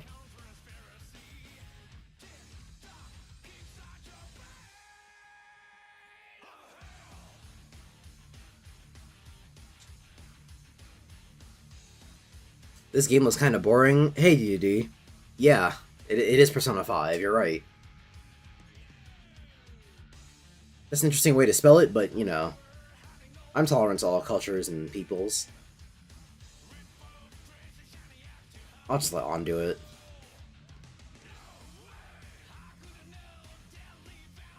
Look at that, Lucky Punch. 2 for 2. Fuck.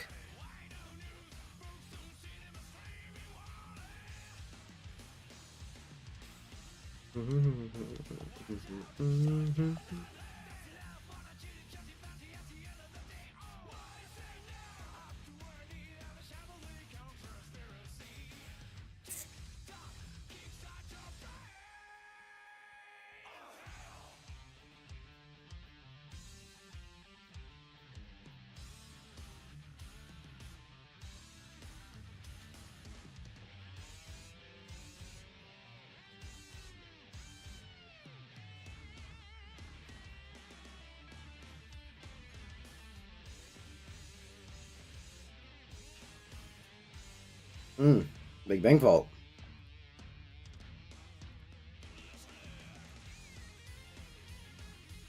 Joker input. I'm sure he said something very insightful and important.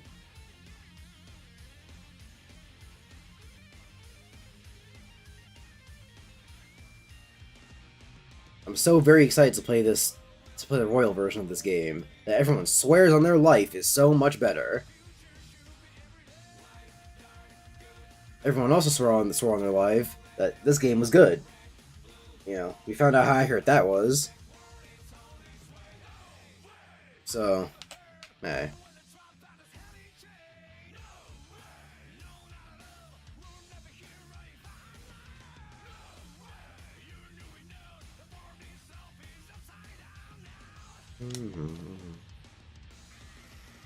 What'd I get? I have no idea.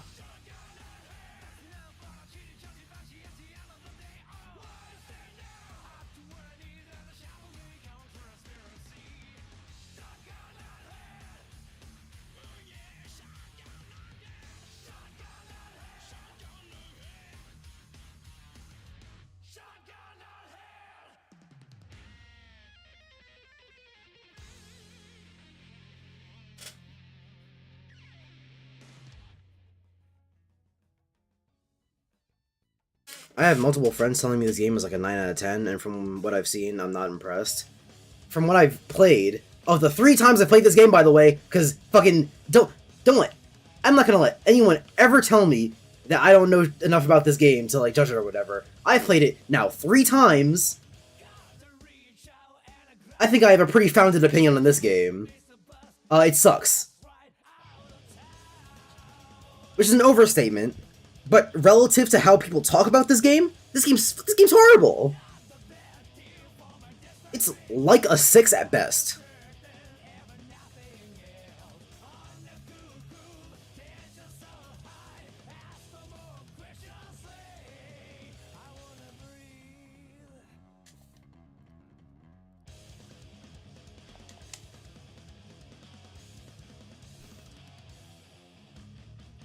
It's like a 6 at best, and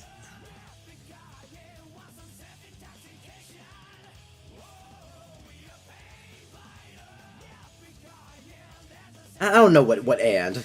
I legit don't know what else to say about it that I haven't already said in my many previous streams. The battle system is alright. The Confidant system is fun to experience, but then when you actually start playing it, you're like, oh, these answers are kind of fucking stupid, and if you miss any of them, good luck playing the rest of the game. The story is bad. At best, it can be okay.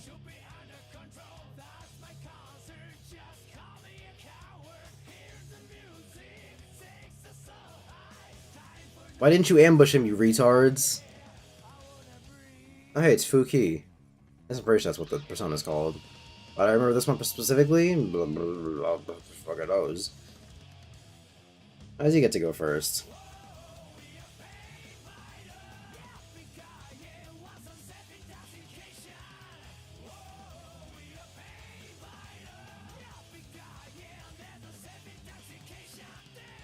I think it might be Nultifit. Never mind.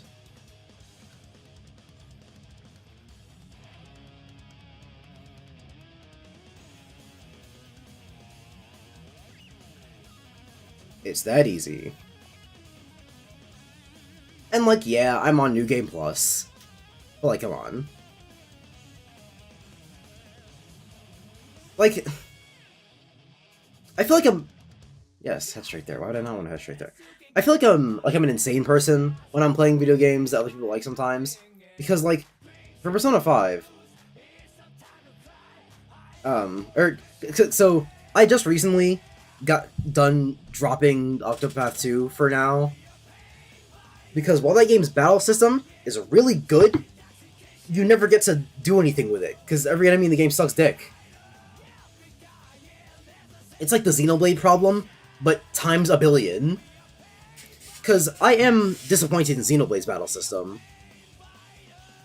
Because, again, the battle system, didn't mean to do that. Because yeah, with Persona's battle system, no fuck, with Octopath's battle system, no fuck, Xenoblade. God damn it, I'm mixing up. I'm using too many games as an example. But for Xenoblade's battle system, I really like it, but it's hard to get into it because a lot of the normal enemies in the game don't do anything for it. Like, oh yeah, I love chain attacks and all that bullshit, except you're not going to be able to use that on the normal enemy. They're really just there for grinding, which is stupid.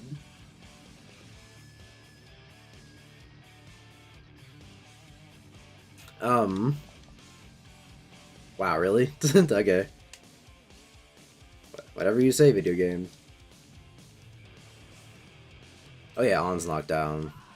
Unfortunate. So that Joker doesn't die, because I feel like that's a very real possibility. But yeah, Xenoblade. But the thing is, with Xenoblade, they must have known that normal enemies are really just for grinding. It must be an intended feature, not a bug. Which, fuck you, Monolith, but whatever. Because, you know, all the Xenoblade games are filled with unique monsters to test your skills against. And they're fun as hell. Even in Xenoblade 2, and that game sucks dick. And not in the way that Persona 5 sucks dick, where it sucks dick, but it's an alright game. No, Xenoblade 2 just sucks dick. But yeah, Xenoblade 2 sucks dick, and even then it's still fun to fight unique monsters. Because the battle system is good. And then the problem with a game like Octopath is that it almost has unique monsters in the bosses, but they're not nearly as frequent as unique monsters. So for the most part, you're playing a really, really mid-game to get to the fun parts, hopefully, at some point, 50 hours in.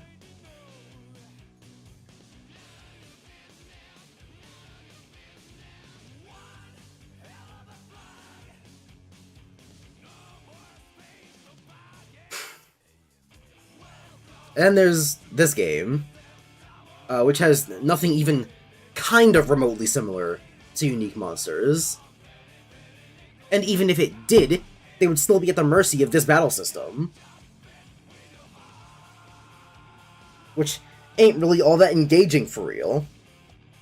Because the thing that makes, like, Xenoblade's battle system engaging with, like, chain attacks, at least in... strangely, the worst Xenoblade game has the best chain attack, almost. It does? Actually, no, I haven't played Xenoblade 3 enough to unlock the chain attacks, I wouldn't know. So I guess just between Xenoblade 1 and 2, 2 easily has the better chain attack. Wait,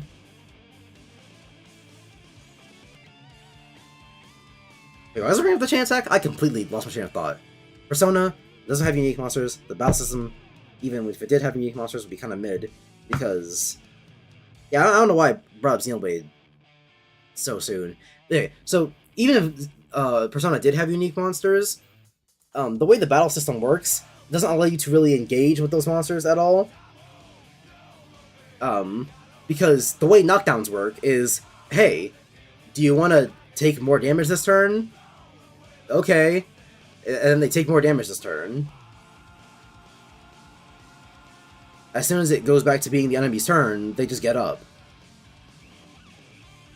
There might be something akin to Octopath, where a knocked down enemy takes more damage.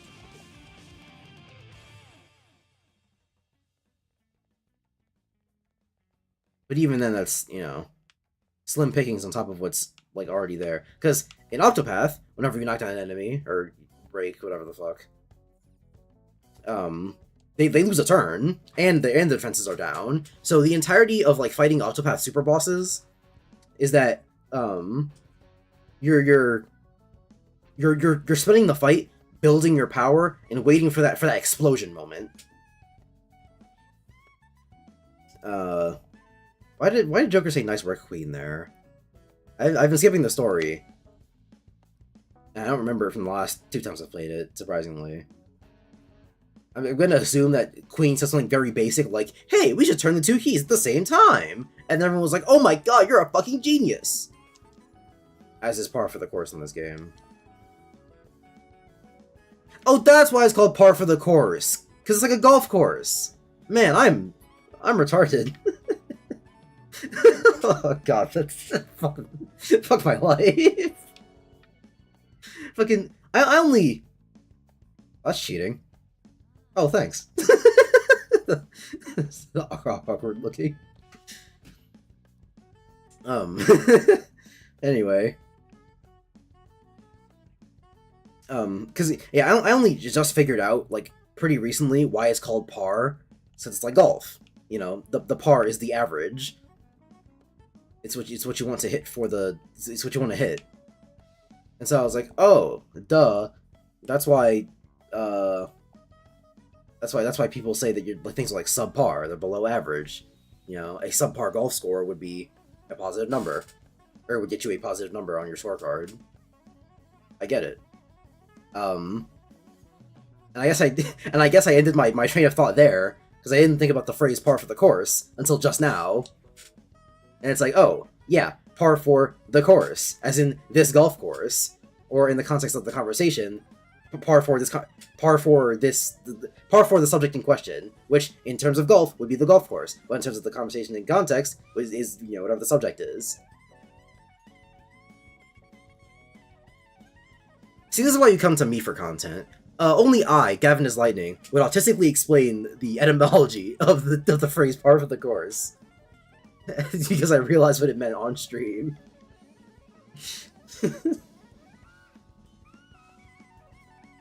How'd I even get here? I remember saying something about Makoto and then par for the course, but I was saying something before that, wasn't I? Right, battle system.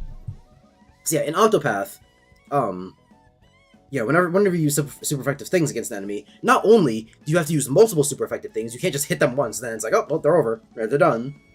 Yeah, you have to hit them multiple times with super effective attacks. And then once they break, not only do they take more damage, they also lose their turn. And so you strategize your battle around, you know, that. You strategize your battle around getting all of your damage in once they're broken. Which, not so fun when it comes to the normal enemies, but when it comes to the super bosses, fucking orgasmic.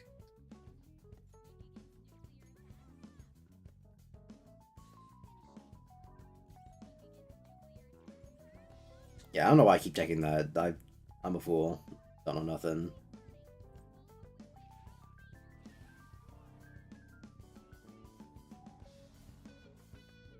God damn it. I was gonna follow up with Wind to do major damage, and then Morgana got pissed. But that's also a pretty bad status effect because they just die to it, so... Fuck you, I guess. Yes, so some of the absolute best moments you'll ever get out of Octopath, which are few and far between, I know, but still, will be those moments where when you're sitting there, you're hoping the enemy doesn't kill you or knock down whoever you're building up your BP with. Before you can get in that explosion, that huge whip of damage.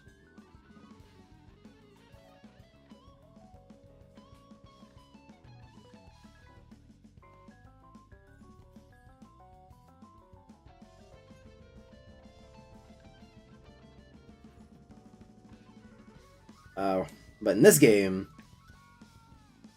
you know, there's no real catharsis with knockdowns.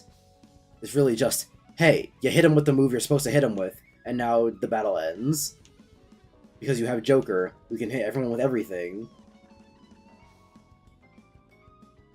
So obviously you're going to be met with an enemy that you can, with an entire party of enemies that you can just knock down and then do an all-out attack on and then die. And baton passing just makes your guy stronger.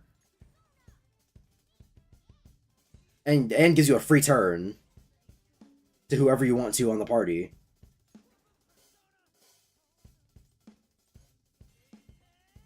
Crit, let's go. For UG sweep. And on the guy I wanted to crit. This is so freaking epic.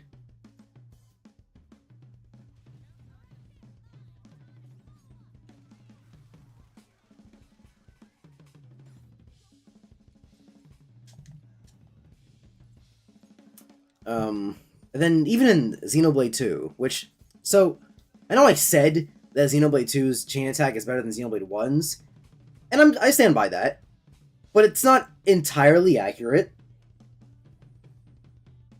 because there is one thing that makes Xenoblade 2's chain attack bad, or it brings down the chain attack. It doesn't make it like straight up bad, but it definitely brings down the experience, which is the fact that the orbs that you build up when preparing for a chain attack, they make you do less damage with that element type for the entire rest of the time that orb is up, which I feel like is really fucking stupid, because it just makes the battle take longer, you know? If anything, I feel like it should be the opposite, because, like, imagine this, because the way Xenoblade 2 wants you to do it is, so you use your special attacks to build up your orbs, right? Fuck you and suck my dick. So yeah, they want you to use all your special attacks to build up your orbs, right? And then, once you have an adequate number of orbs built up, I should have healed. What should we do? Fire. Alright, fine. Yeah, well, and once you've built up a suitable number of orbs, then you then use a chain attack, and then you break the orbs with the chain attack to get in big damage. However, there's always a fucking but. However, wouldn't it be interesting if the orbs actually increased the damage you did with that element? Because then you'd have a decision to make with the orbs. You can go, I can either break the orbs now for one big burst of damage, or I can keep the orbs around for longer and hopefully get out, long-term, more sustainable damage across the length of the fight, at the risk of, the boss at some point killing me, because, I'm taking too long. As opposed to the way it works as is, which is, as soon as you have a number of orbs built up, just go, just do it. There's no reason not to. And so a lot of the battle in the moment-to-moment might be pretty boring, as it comes down to a lot of waiting. Especially in Xenoblade 2, where all your fucking you only have 3 skills, so it's not like you can intricately keep pace with the battle through buffs, debuffs, and the like. It's really just you sitting there jerking off.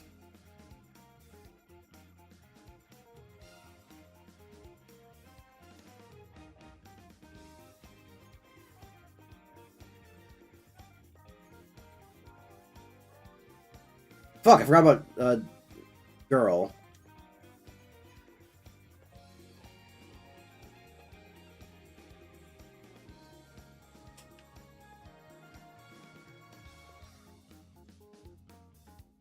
It's probably not worth it.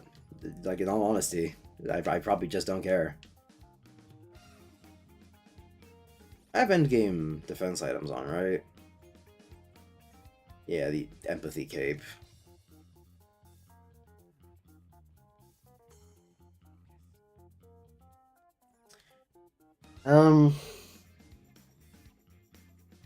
Yeah, fucking Xenoblade 2, and Xenoblade 2 is a disappointing aspect of the game. Surprise, surprise.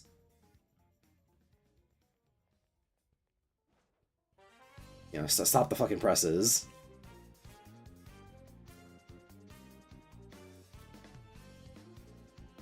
Is there anything in that room that's, like, for me? What the hell? What's the point? Oh. I've come in a circle, it appears.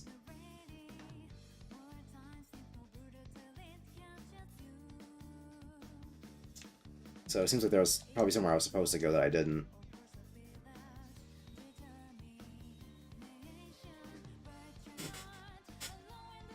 Wow, this is like on fodder to me.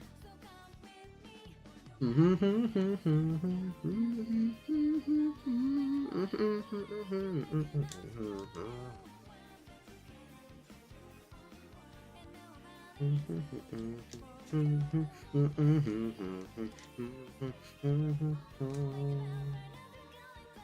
I miss out on a lot of XP just now? Maybe. But everyone knows you need more money.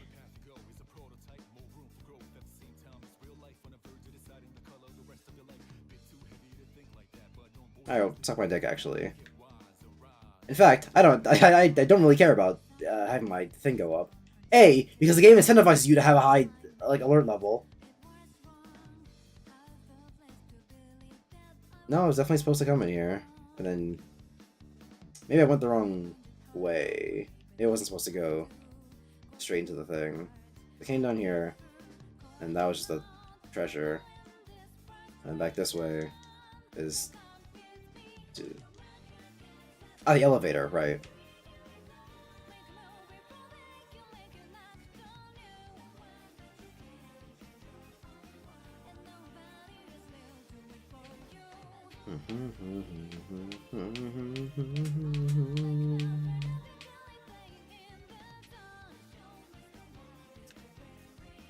We're almost at the halfway point of this dungeon.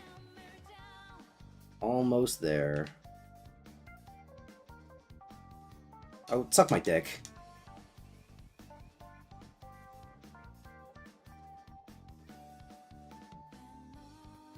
Oh, of course I put Joker to sleep. Oh, of course I put Morgana to sleep.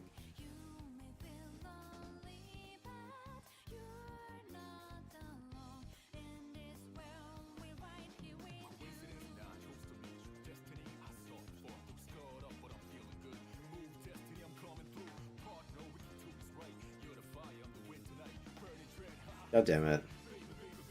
Not that I would get a hold up anyway, since Joker, who is obviously the most important person in the universe, isn't awake. How fun. But, yeah.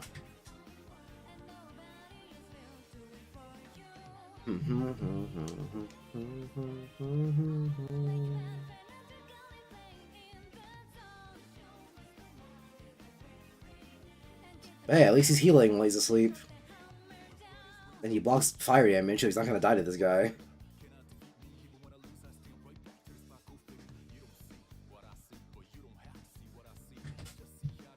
What kind of fucking lyric is that? You do not see what I see, but you don't have to see what I see.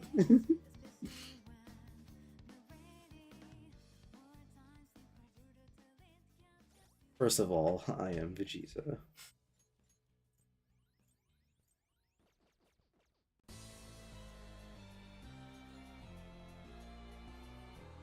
This is Akatsuki's theme? Didn't we already get this? That is not Akatsuki. Never mind.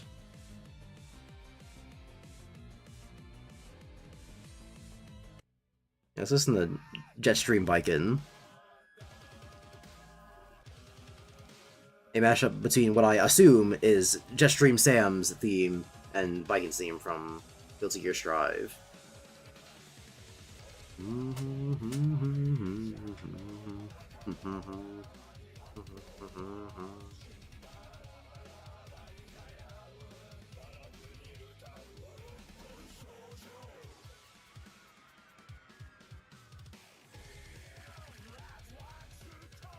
Anyway, sorry. Alt tab for a second.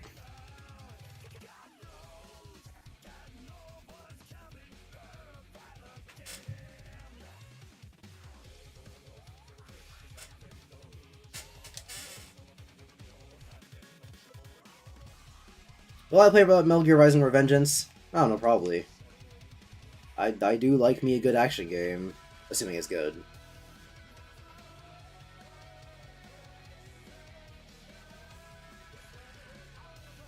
Will I, will myself to play Rising Revengeance at any point in the near future? You suckin'!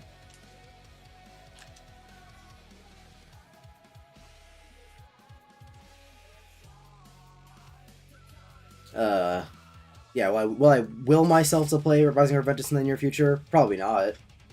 I played the important parts of the Metal Gear Saga. I'll get to Rising Revengeance when I damn well feel like it. Nice one, Ryuji. Tight, tight, tight.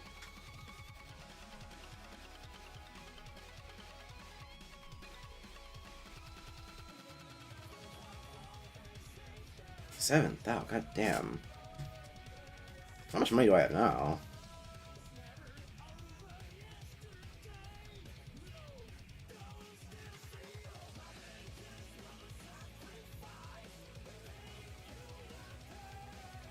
Well, 65.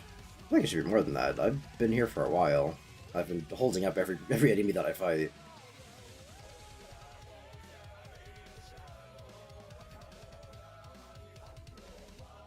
Oh, but that guy didn't see me? Suck my dick.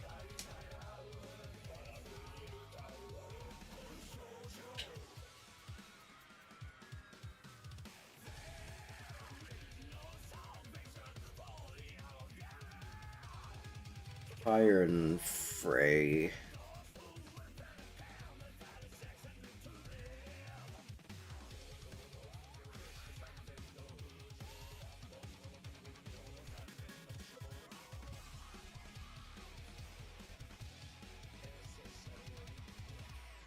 Like, sometimes I wonder, are the people who praise this game, is it like a psyop?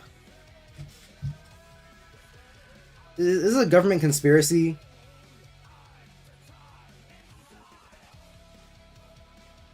I mean, see, the thing is, I said that as a joke, but unironically, something I learned in my Asian history class this past college semester is that Japan is a real big fan of pushing their media after the good old-fashioned World War II. I won't get into the nitty-gritties, mostly because it's boring. History is boring for the most part, and anyone who disagrees is wrong and stupid.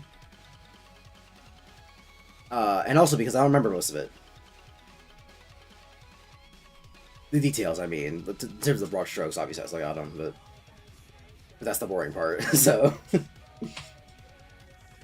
But yeah, the point being, Japan they really like pushing their media. It's why anime is such a big thing over... Like, and I had this earlier today, now that I'm remembering. It was completely unrelated. But really think about it. When it comes to imports of media from other countries, how much of it comes from Japan compared to every other country, even world powers? Like, in America, everyone watches anime. Everyone plays Nintendo video games, and Sony. Everyone has a PlayStation. But how often do you see a German dubbed show in America, or even or God forbid a German show, or God forbid a German subbed show?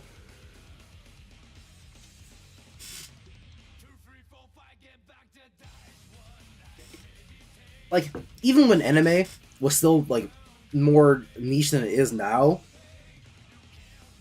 people would like go and watch an episode of a TV show in a completely different language, just with subtitles that were in English, and they'd watch it and they'd like it. But we don't get that for any other country but like Japan. Because I was maybe I'm just a retard. Maybe I just don't know shit about shit. But like, what imported shows do we get from like any country other than Japan? We get the second biggest one I can think of behind Japan is America 2. Is Canada. Either behind or right next to Japan in terms of like imported shows to America is Canadian cartoons. Remember your favorite cartoons from when you were a kid? They were probably made in Canada. They probably came out in Canada first. Johnny Test, Canadian, even though it screams American. Yeah, no, that's Canadian import. Total Drama Island, Canadian. Always Naked Animals, Canadian. Yeah, you remember Always Naked Animals, don't you? Sick pervert. I bet that's why you're referring now, Rian. You probably watched Always Naked Animals.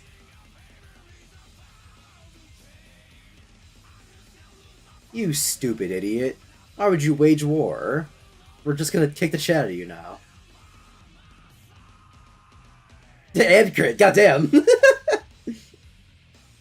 Fuck around and also find out.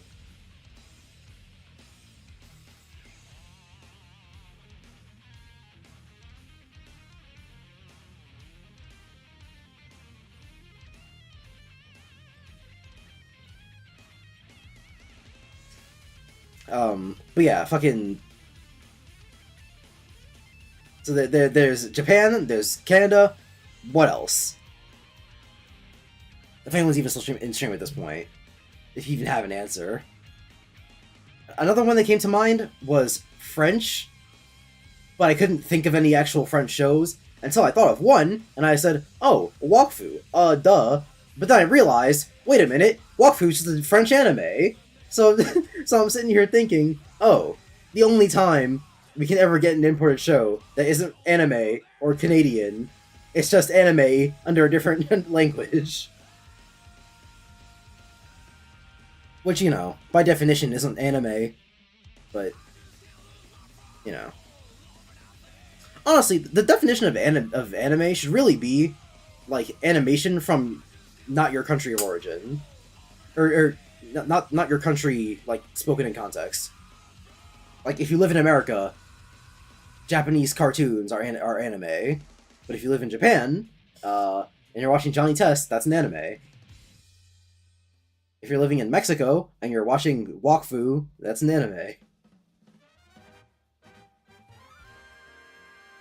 Shit, even French manga, they just get taken over by the Japanese. Radiant is a French manga, but they just made but the anime is, you know, Japanese. It's not even a Wakfu situation where, you know, it was obviously performed in French first, and then anime fans logged onto it because it looked anime. No, that's that fucking Radiant wasn't even dubbed in French. Or it probably got a French dub eventually, but that shit was originally dubbed in Japanese because the Japanese, you know, production studio was like, we want this. We know that Americasians and Japanese people aren't gonna read this shit on their own, so let's make it look like it's from Japan, and then they'll like it.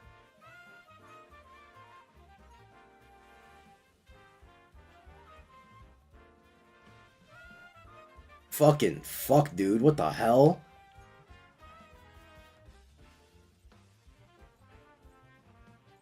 Is Zyra on a full heal? Not moderate. Oh shit, do I not have an all heal? Huh. That's unfortunate. More for me.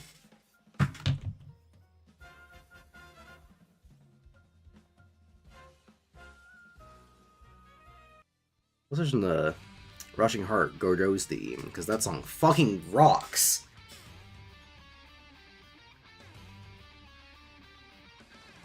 Like, if you don't like this song, you were probably touched as a child.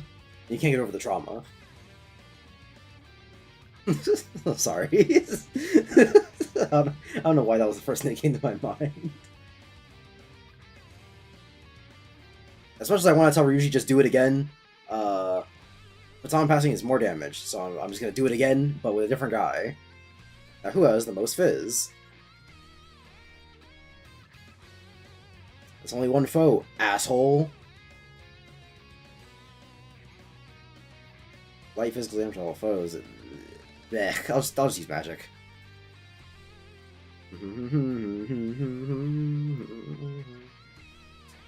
You all are impartial to lightning, aren't you?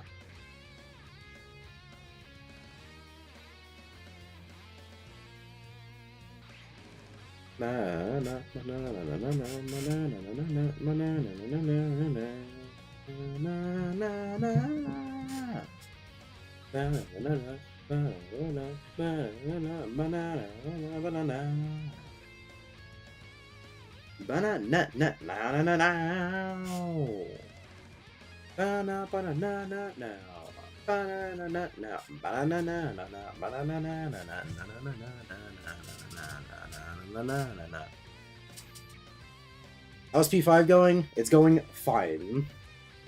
I'm probably not going to play the whole game on stream, as I explained earlier. Also, since you're here, what did you mean by ALX fixing the channel? You said it's the next stream, then you weren't on the next stream. I didn't say anything, so don't know what you meant by that.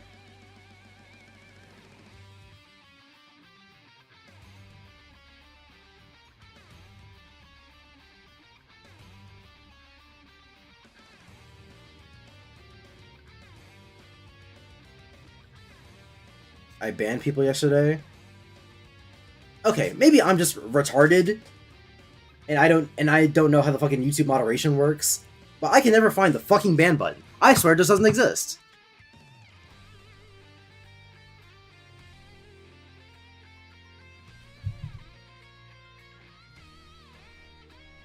Because whenever I click on someone's name or someone's message in a chat,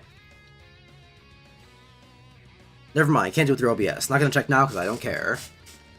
But every time I've checked before, I swear it wasn't there. So I guess just fuck me. But like, where is he even at though? Yeah, just taking it, go. I don't care.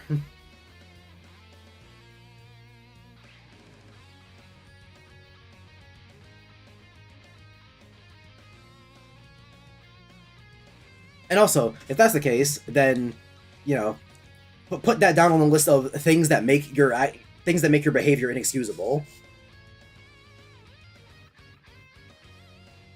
High person from channel. Oh, is that what that means? Is that just a fancy way of saying ban?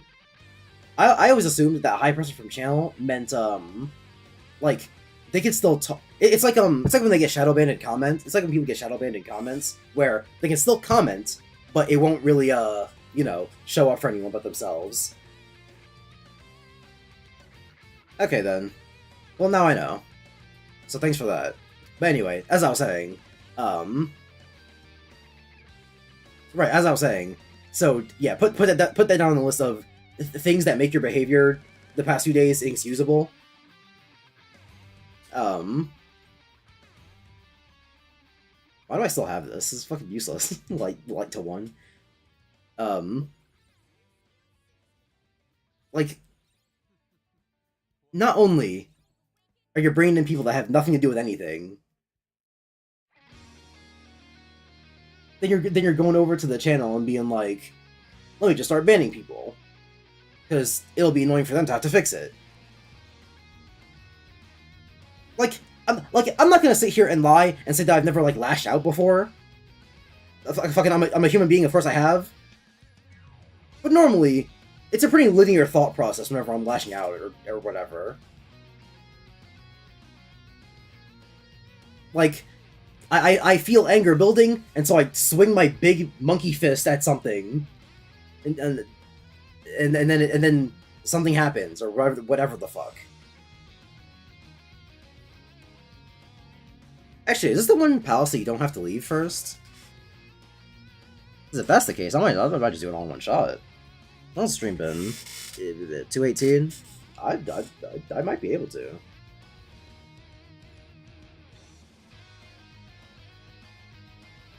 Oh yeah, so fucking yeah, fucking I lash out and it's like I feel anger building in body, and anger gets converted into energy. I need to put this energy somewhere that feels cathartic. Screaming is inconvenient for other people, and might not even be the first thing that comes to mind. And so I swing my big ape fist at something in an instant release of energy. God, my throat hurts. You know, ain't exactly rocket science, but I don't know how you got from, God damn it, this game sucks. This game is impossible. I'm pissed off right now. This game sucks. I hate it. I hate it. I hate it. Sometimes start banning people in the ALX in the ALX stream. Like, where's the connecting thread? Huh?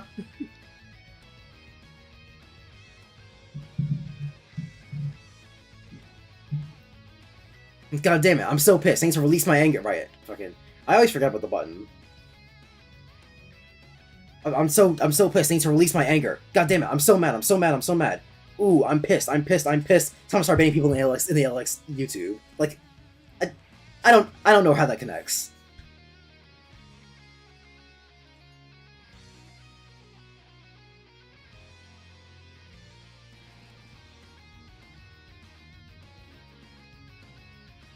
Oh.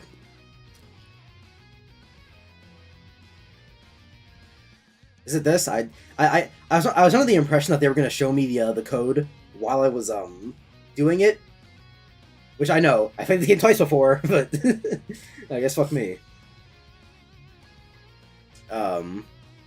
Is this the code? Okay, wow. I'm surprised I remembered that.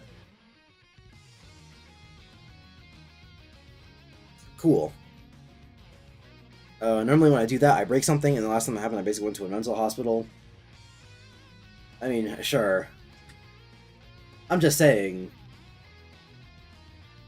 I'm just saying that I don't really get how you reached any of these conclusions.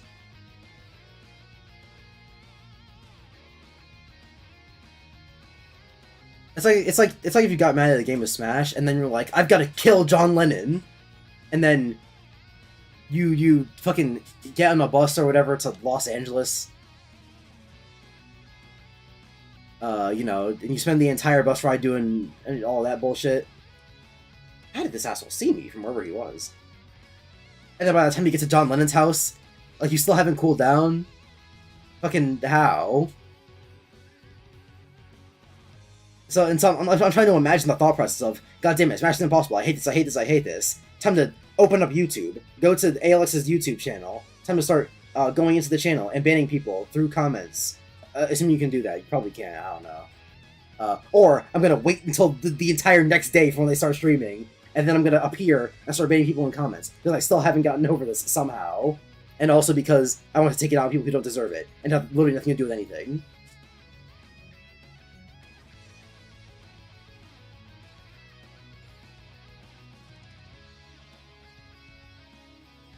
Catch my drift?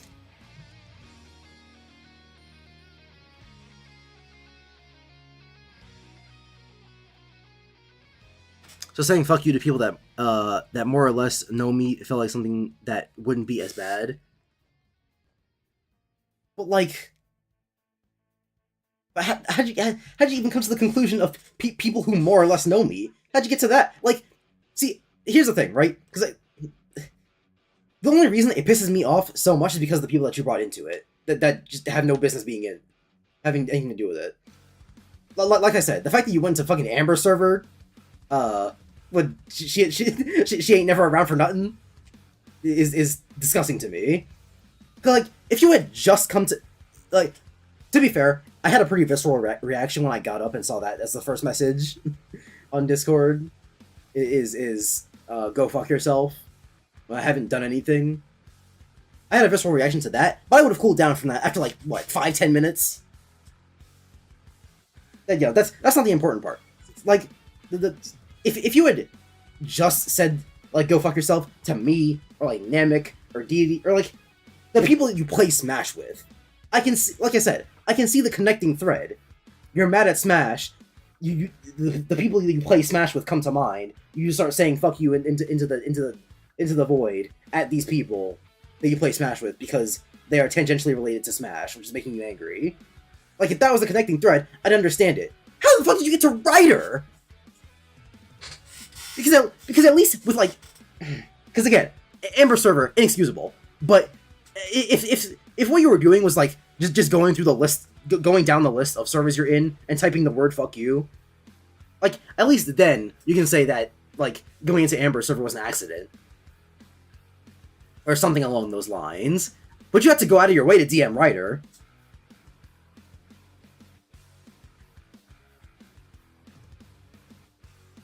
One didn't lie. I was not paying attention.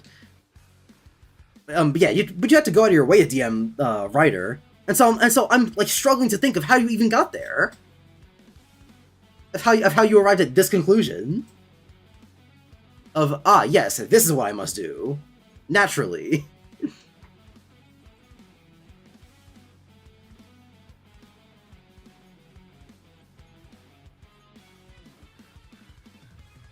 Naturally, as a matter of course. I did it again. Fucking, I mentioned it earlier. I don't know why I make these musical references to people who either will get it and are like, why he's making the reference, or people who don't get it and, you know, don't get it.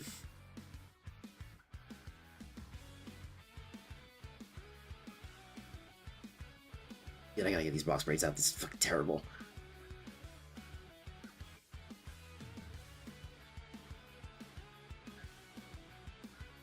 I went through random people in my DMs. That's why I didn't immediately tell Sebastian to kill himself. But like, even that's weird to me. It's not like you set up an algorithm of, you know, set number to person give me number to send a DM to. How do you randomly send? How do you randomly choose people to send DMs to without having some kind of rational thought at some point along that line? Or do you literally just go through the list, pick up a coin, start flipping it, and go, "Do I take?" No, because even then at that point, you'd have enough time to cool down. I don't understand.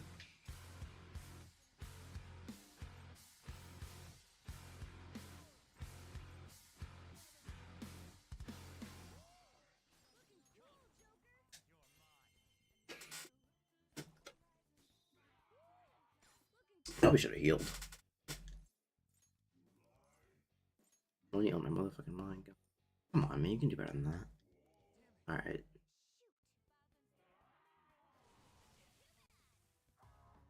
I feel like the game might be giving me mixed messaging, because whenever the "give me money" command is read, that means good. That means it's gonna give you. It means they're gonna give you a lot of money.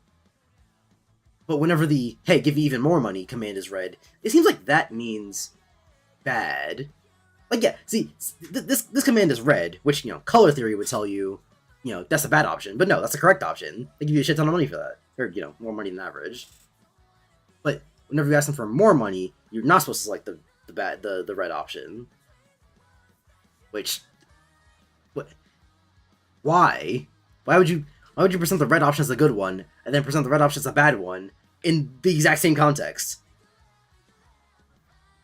Persona 5 is a bad game. Right, Shield.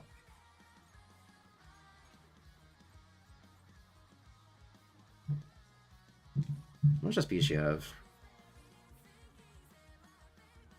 Not a lot. But it's irrelevant.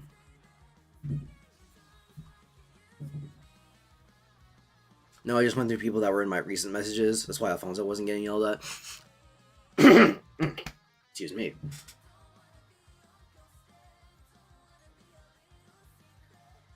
It's surprising that Ryder would be in your recent messages, but whatever. Even minus that, just look back around to all the things I've said earlier, so no need to repeat myself.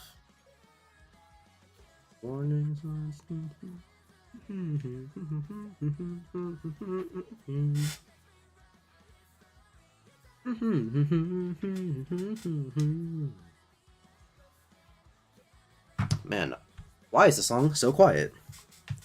It's not like one of those things where people upload a song to YouTube, and because they're retards and don't know how to increase the audio levels or something, and whatever thing they're using to upload it.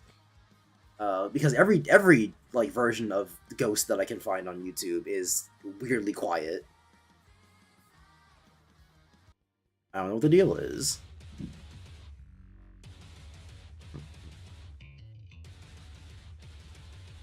I already put Sonic Boom on at the beginning of the stream, but I want to listen to it again, so it's on my deck. It's such a good song.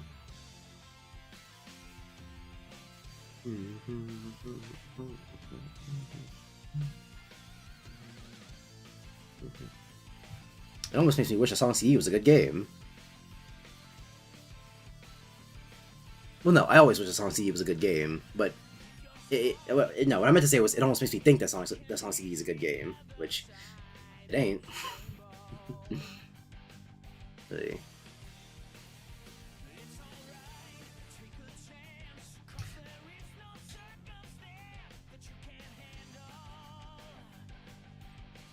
When you use your mind, Sonic Boom, Sonic Boom, Sonic Boom.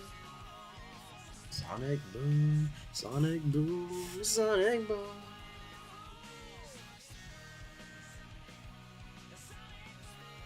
Also, the friend request was solely because I couldn't message you otherwise. No, I know, but like I said, is that a fucking joke?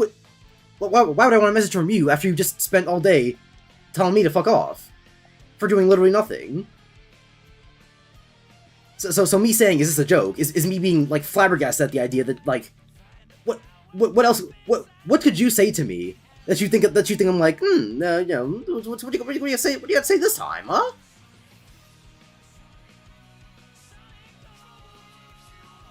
Like I said after that, What'd you expect me to say? Fucking, hey, Triton, all good.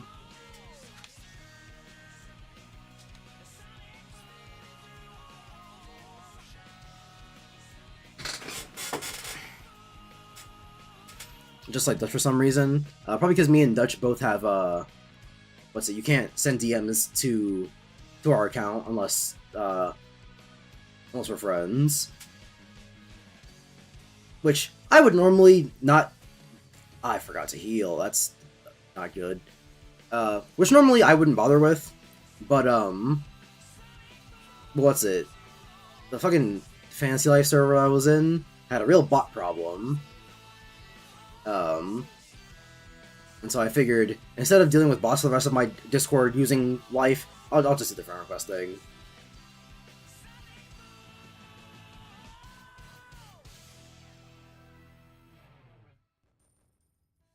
Yeah, the price we pay for convenience of not being harassed by bots.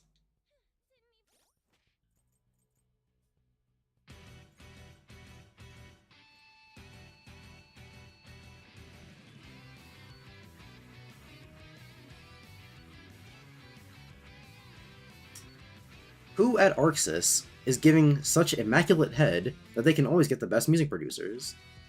Or composers?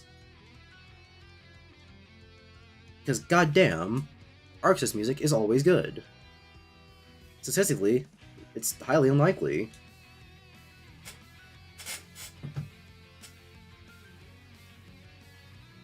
But yet it is. Unless Dragon Ball FighterZ. that game has some incredibly mid music. Though hey, maybe they just know they're making the game for Dragon Ball fans. Dragon Ball fans will eat up literally anything.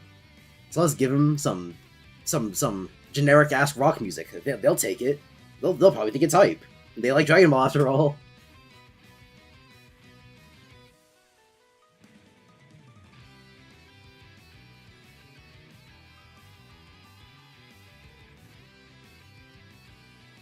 No.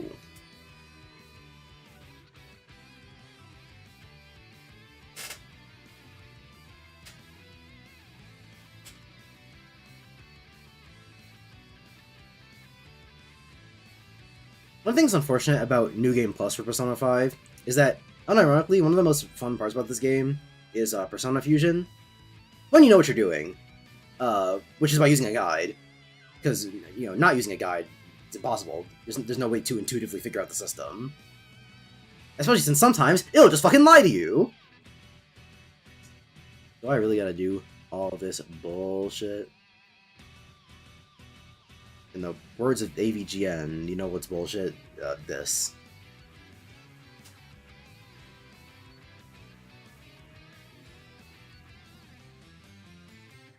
So I already asked what I should do, but now, what are you going to do? Okay, everything that I said to you was from my perspective. Like I said, if people are anything like me, then what's it? Actually, no, what were the exact words that I said? Because I'm going to be repeating myself, I might as well just get it from where I already said it.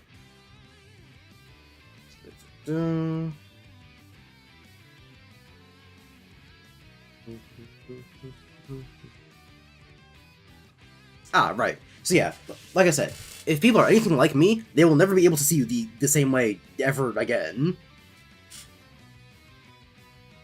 I'm not sure if you understand this, but no one likes being friends with someone that has to walk on eggshells around.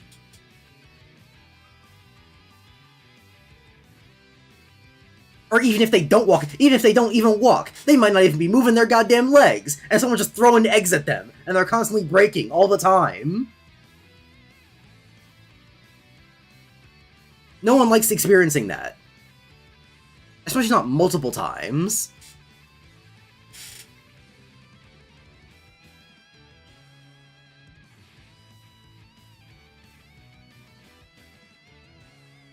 So yeah, like I said, people, like myself, will probably still be friendly to you. However, you know, don't expect anything from anyone, because, you know, why would anyone want to interact with someone who they have to walk on eggshells around? I assume I have everything from this area. Persona 5 level design isn't exactly the peak of human achievement.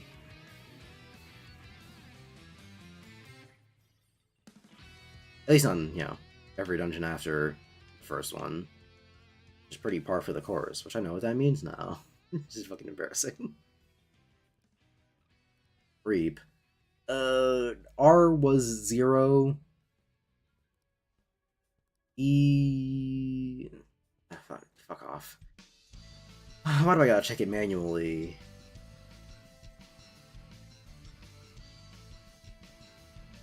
E is 9, A is 3. Oh, do I not have P yet?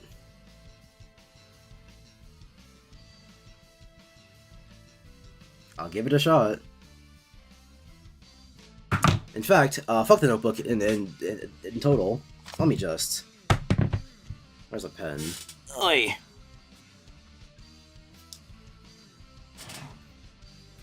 So time to find out what P is. This should be 0. Fuck, I was not paying attention to what E and to what E and A were.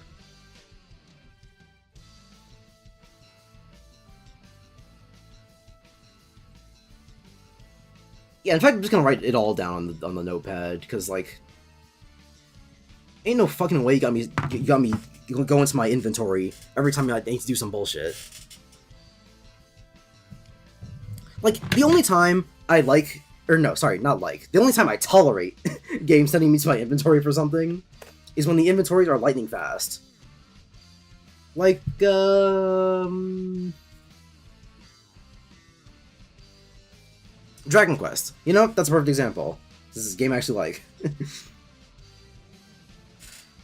Dragon Quest, being an RPG and all, sends you to your inventory pretty often. But Dragon Quest, which I can't tell if it's series tradition at this point, if there's an actual game design that's like, yeah, it's good the menus are fast, or if it's just a holdover from the fucking first game back in the 80s or whatever. But all the menus are super, super basic. Which means that they all go by really, really fast. And it's really easy to get to wherever you want to go. You know, and then on the opposite end, you get games like Persona 5, or Metal Gear Solid 5, or Xenoblade 3, where the menus all take a goddamn eternity to load. But since you're going to be sending me to the menus all the time, don't you think you want to make them a little bit faster? Anyway, I should probably write this down, but getting worked up over nothing.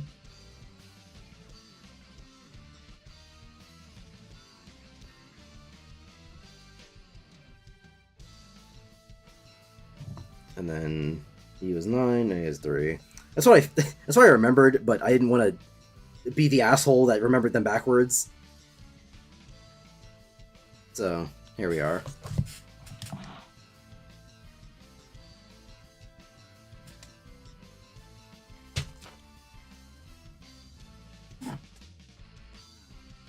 And the most annoying bullshit that I just thought of is that there are motherfuckers out there, you know, not naming any names. Let's just come up with a fake, hypothetical person right now, like Mike Nowak.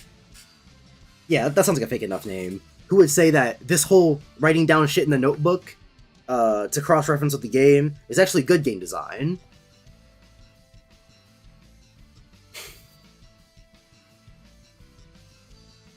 I guess let's just go through them.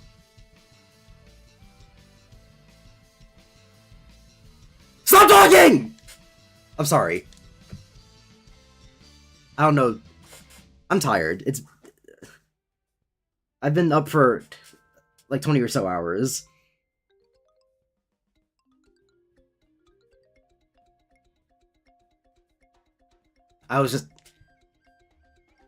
I guess every other time I've played this game, I've never had to deal with the characters, I guess I've never had to deal with the characters talking about, like, Joker, I guess you got the code wrong. I wonder what you're doing. And when I saw the text box pop up for, like, hey, Joker, you got the code wrong, I was expecting it to be, like, 1 or 2 text boxes at most. So I kept pressing X, and they just kept talking, and they just kept talking. Why? Why do I need, like, 10 text boxes to tell me, hey, Joker, you got the code wrong. Do you maybe want to try again?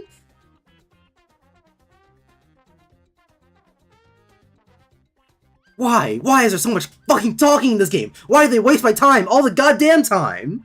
I hate this game! This game sucks!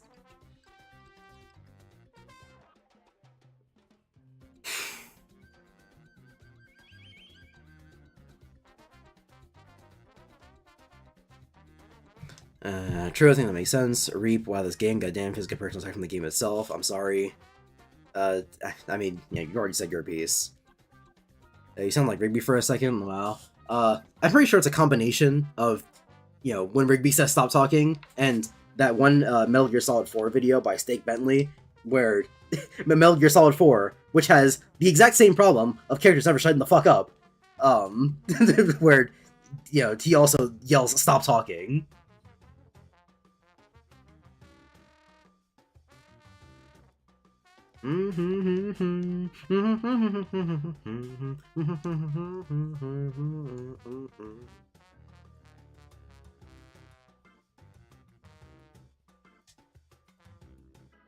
Stop.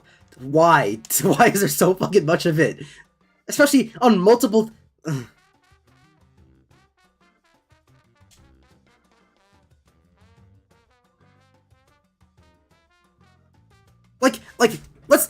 let's sit down and read this and really think about if they need to be talking this much.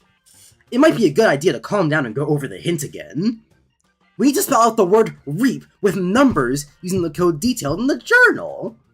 The numbers we know about from the journal prior are R, I, C, and H. We've also found some more information along the way. If there are still numbers we can't figure out after that, then maybe there's a page that we haven't found. Like, what the fuck was that? What are you doing? I can't. I can't.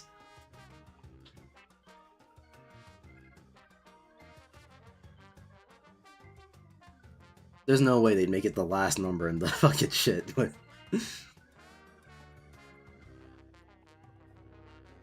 what?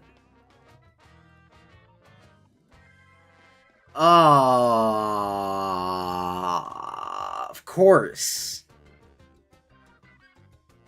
Well, I'm not gonna try every fucking number. I think I'll just go and get the page, asshole. Wherever it may be.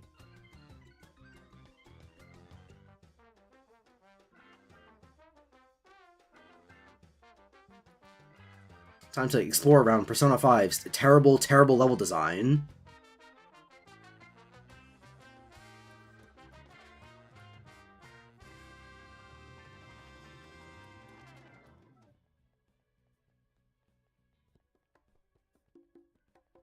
Where the fuck is that?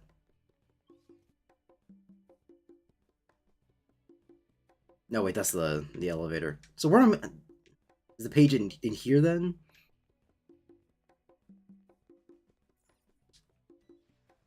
Oh, the door wasn't locked. It was just red because it was closed. Of course. Naturally. Man, the MGS1 theme is so good. It's unfortunate that Kojima stole it. P equals 1. Cool.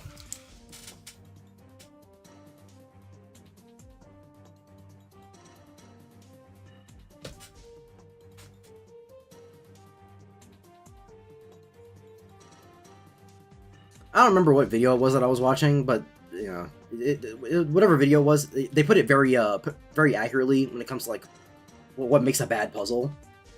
A puzzle where you know the solution before you've even, you know, like attempted the puzzle is a bad puzzle. And along that like similar thought process, any puzzle where after you've figured out the solution, you've now got to wait like 5 minutes before you can actually execute the answer is a bad puzzle. Not because the process of figuring it out is like poorly designed or whatever, but because the time taken to execute the puzzle should never ever be longer than the time it takes to figure out the puzzle.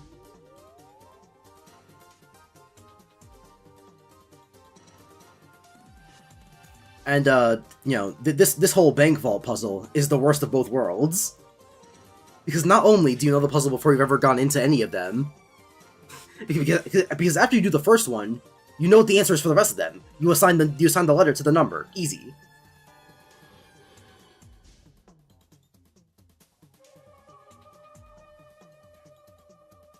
Uh, so not only have you figured it out before you've ever even gotten to any of the other doors, you've also got to spend the entire game waiting to get to those fucking doors, and then, you know, and then waiting to get the pages for the doors, and then waiting to put in the code for the doors, and then waiting to come back here so you can do it all over again.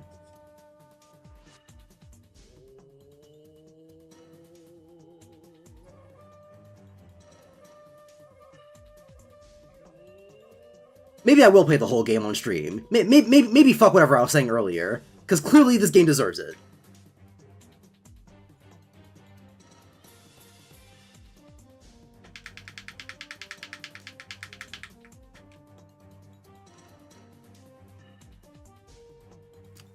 Like, just imagine a universe where Kojima didn't steal this song. It could have been playing during the final fight in Metal Gear Solid 4, it would have been so epic and climactic. Could have played in MGS 5. It would have made that game at all epic and climactic.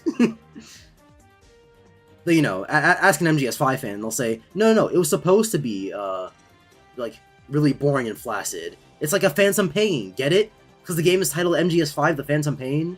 Because you think it's talking about the literal Phantom... Okay, I assume this room is pointless for me right now. Because you assume it's talking about the literal Phantom Pain, because Snake has lost a limb, and he feels a Phantom Pain in his limbs whenever he Phantom Pains. It's also talking about the feeling the player gets from playing the game, because everything's unsatisfying and shitty.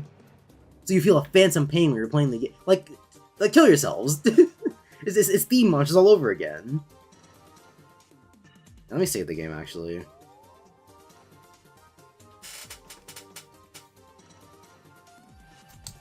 You're actually supposed to want to die from playing the game. That's why it's called MGS5, the bathtub suicide.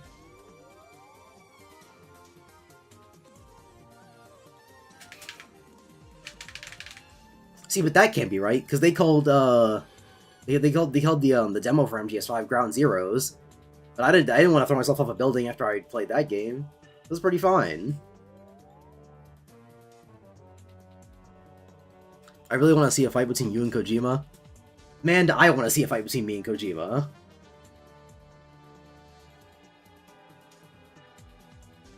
Of course.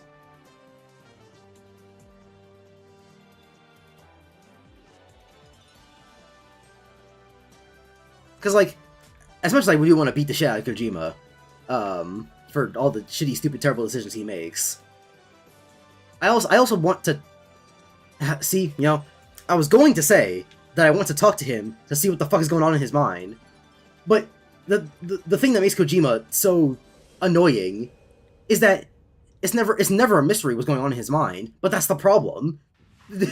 He's always so transparent about how fucking stupid he is.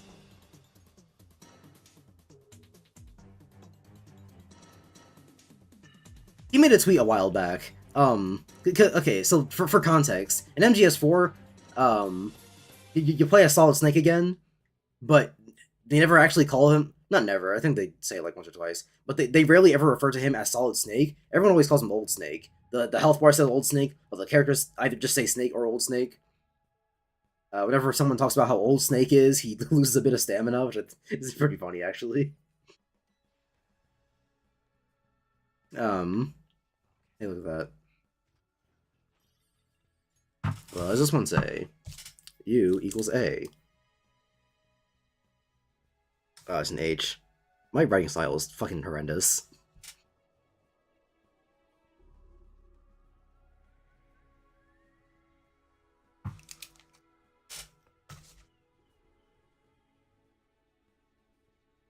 But, what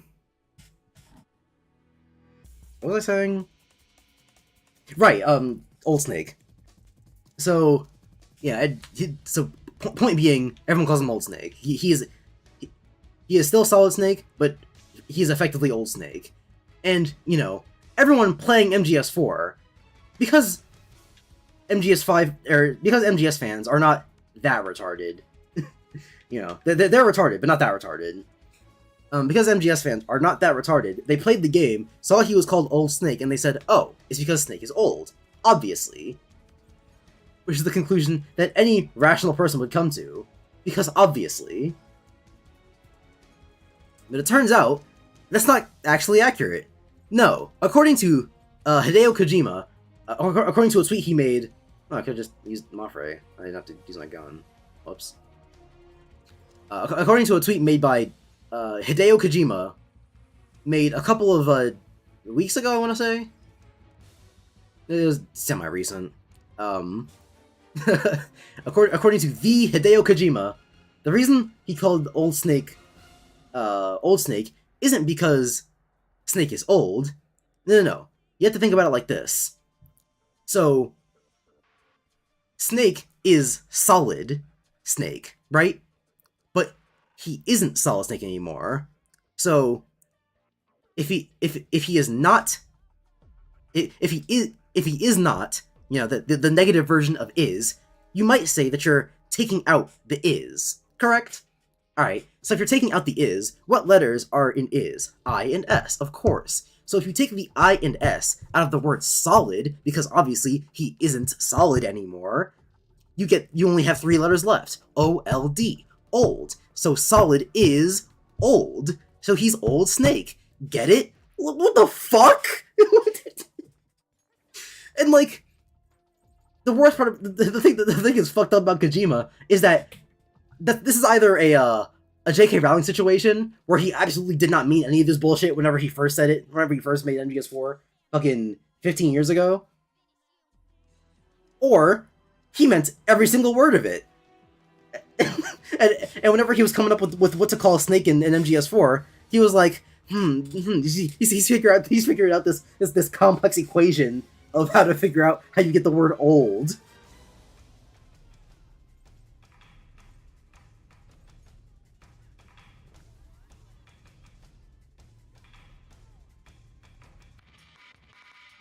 And so now we're here. Kojima no longer works on the Metal Gear Solid games. And it is, as far as I know, unknown whether or not he is working on MGS Delta. Sorry, Triangle.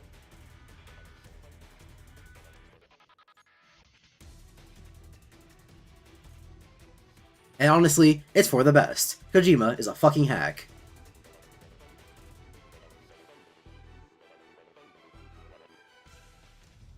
Is that the only move you have? I think it might be the only move they have. Die for it, I guess.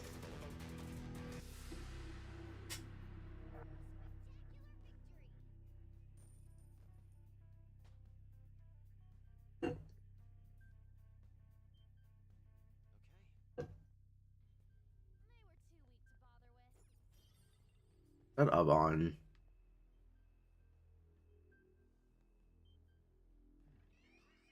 Whatever. Suck my dick. I literally don't care.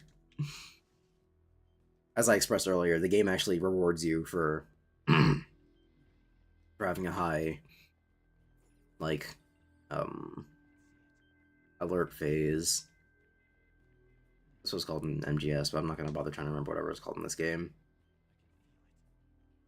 And yeah, the game rewards you for having a high alert thing, which is fucking bizarre to me, because Ouya's Confidant, all of her abilities are G equals P. Hey, those are my initials.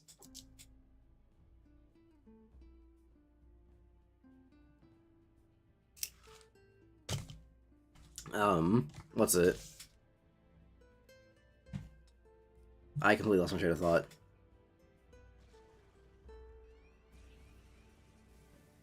Sometimes I feel like I may have undiagnosed ADHD, because I don't lose thoughts in the way that, well, the way that I assume most people do. I actually have no idea. I've never talked to someone who constantly loses thoughts, and I'm like, hey, how do you feel about?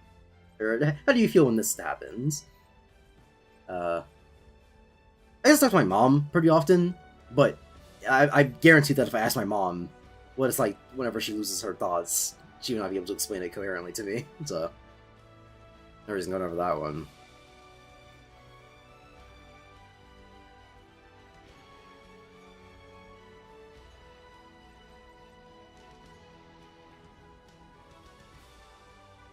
on, you stupid, useless bitch.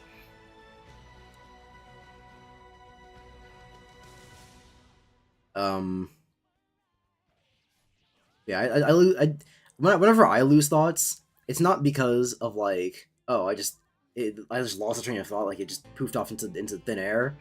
It's almost always because, uh, I go on wild tangents in like the span of a nanosecond in my mind, to the point where if I try to backtrack my thoughts to whatever I was thinking, it's not like I lost the thought. It's still there along the timeline of the things that I've thought.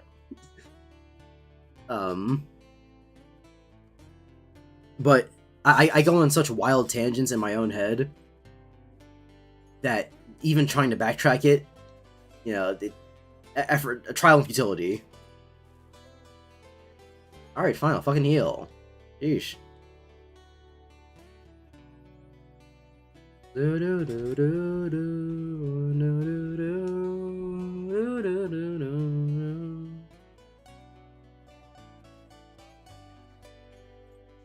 Imagine if MGS5 had the songs on, but they got clapped up for theft.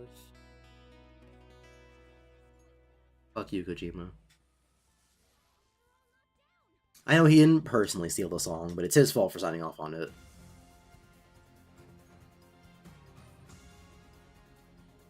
Bum bum. Bum bum. I hate YouTube Shuffle. It doesn't work. It just does not work. It's not a thing that functions. You even try shuffling the playlist. You shuffled the first couple of them, and then you said, the rest of them can go fuck themselves.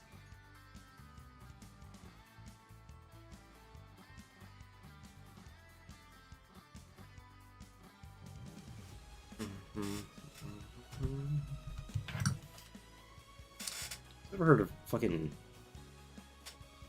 Project Wingman. Why is this a thing? Who composed this OST?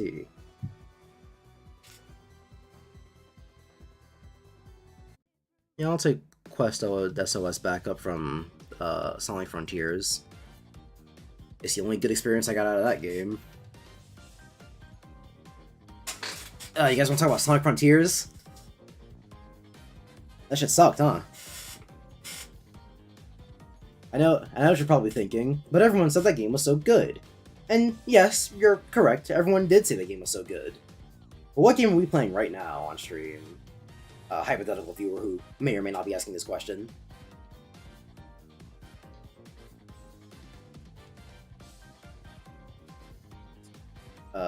I rest my case.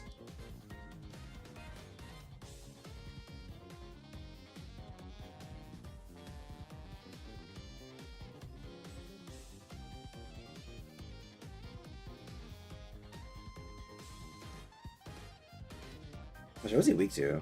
Ice. Yeah, I probably should have just knocked him down, huh? Oh well. Kind of died of Ryuji physical damage. No! I didn't want to. Fuck it. God damn it.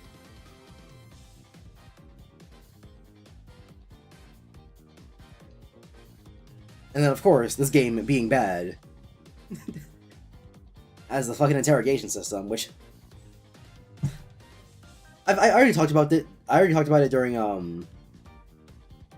Was it the fucking artist's palace? Madarame. I don't know. I was blanking on his name. Did I already talk about it during Madarame? Was it Madarame or was it? I think it was the first palace because I remember people were taking bets on like what the correct answer was going to be. And that was like a while ago, so I'm just gonna assume it was a long while ago.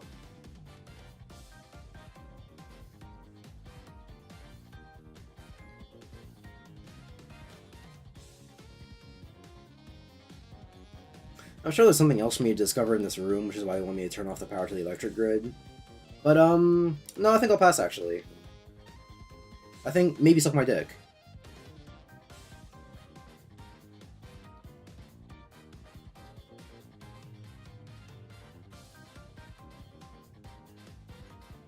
Also, another thing about this stupid fucking game.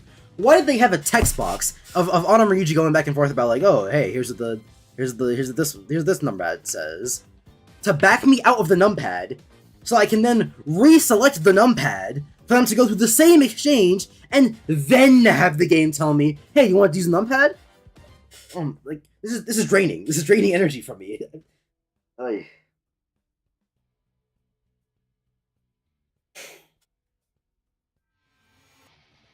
2, 3, 1, 9.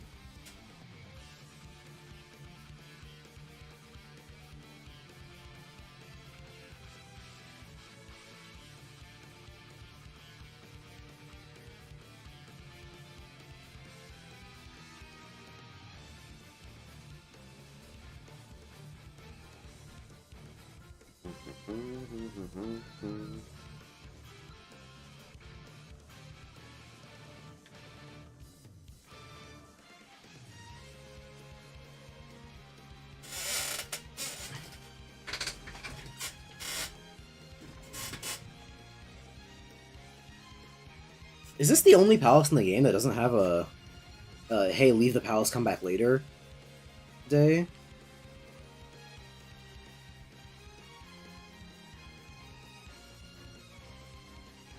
Kamoshida had it because it was the tutorial palace, so they constantly kick you out for story-related reasons.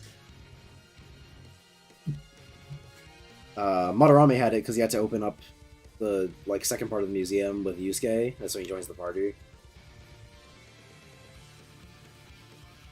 Yeah, I might as well save.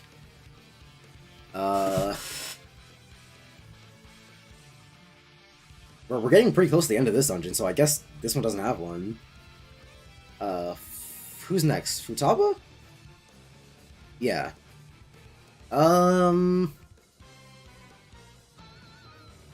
Actually, no, Futaba might not have one either. Because, the only thing I'm remembering is the time you get her to open her door. But that was for the end of the dungeon. Because you open up her door and you're like, alright, we're gonna go into the palace now. And then she's like, damn, they were in my room. And then she's like, hey, what's this weird app? And, you know, boss fight ensues.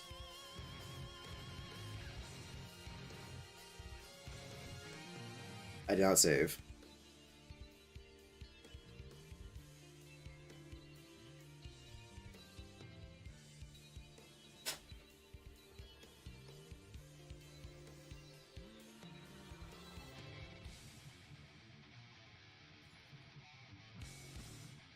So Futaba might not have one either. And then it's Haru. I don't remember having one. Okay, so never mind. Maybe I'm just fucking stupid. Freak, yeah, I am.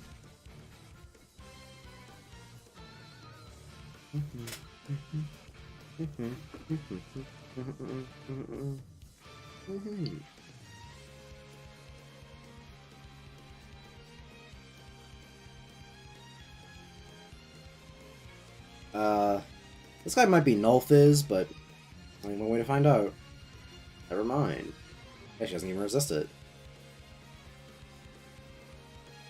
I find it interesting how many personas in this palace resist physical. And this is the palace that you get, this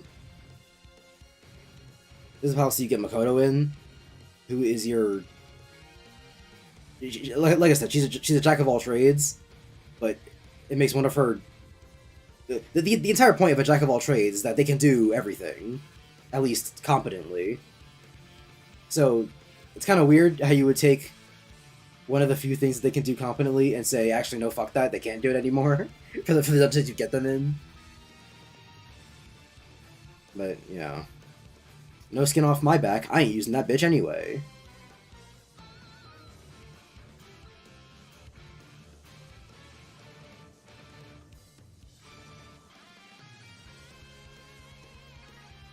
There you are.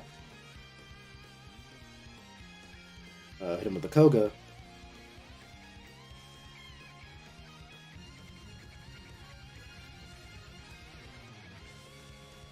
The other guy's gonna die to despair in a couple of turns, so I don't have to worry about them.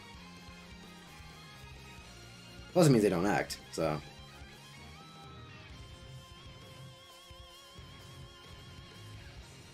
And he forgot all of his skills. Man, this game's easy peasy. Why am I even fucking playing it? Good question.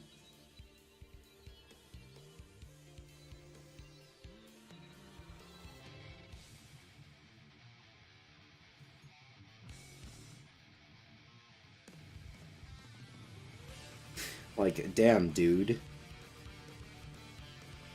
I probably should just attack them. I wasn't doing it before because I figured that attacking them might break them out of like despair. But that's probably only for certain status conditions like sleep and the technical ones. Because what's it? Whenever you use a technical hit, it'll just take out the status effect.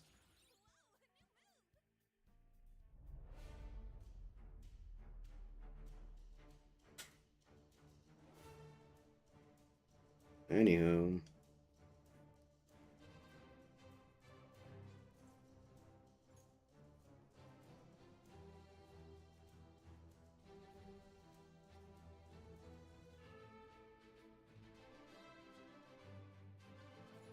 Alright then.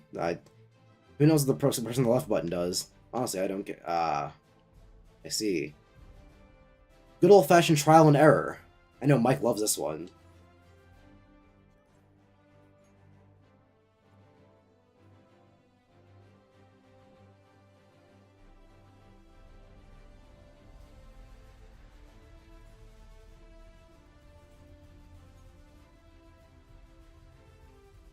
Alright, we've already heard the MGS5 theme, we get it. This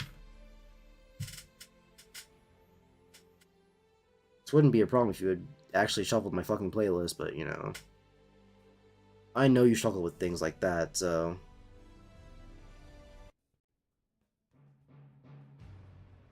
Well, let's listen to the better MGS theme anyway.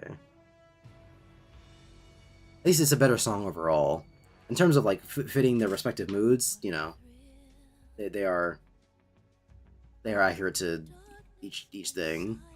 MGS1's theme is good for being triumphant, because that game is. MGS3's theme is good for being a good song.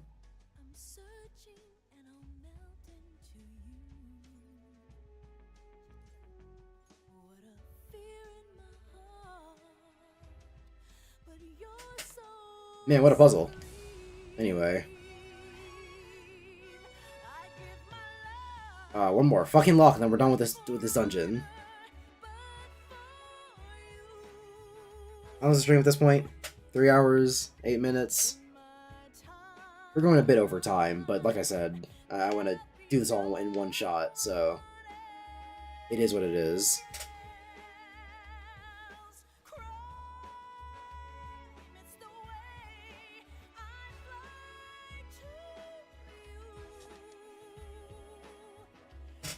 I'm still in a dream, Snake Eater. Such a good song. Someday you'll go through the rain, and someday you'll feed on a tree frog. This ordeal, the trial to survive. For the day we see new life, I give my life, not for honor, but for you. In my time, there'll be no one else. Cry is the way that I fly to. Oh, I'm still in a dream. Snake Eater. Ba-da-dum, ba-dum, ba-dum. Suck my dick. 'Cause I am still in a dream. Snake Eater. It's very out of character for me to be optimistic about certain things. I really want MGS Triangle to be good. And I know exactly how it can be good. But I don't know if it will be good. A, because it's Konami, and B, because, you know, as history has taught us, whenever you try to remake games that are already pretty good, chances are you get not great results. Absolute best case, you get an equally as good game. For the most part.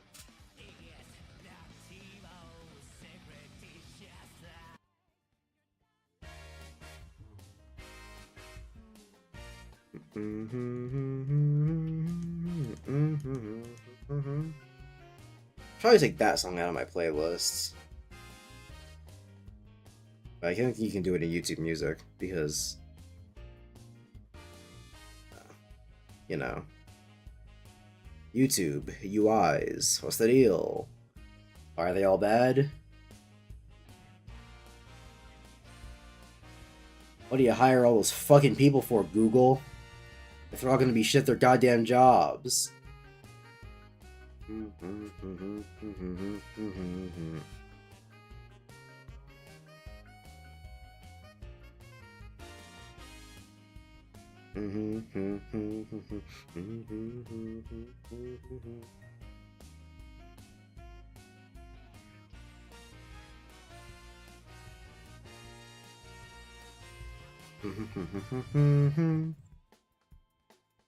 Banana. Banana. Banana. Banana.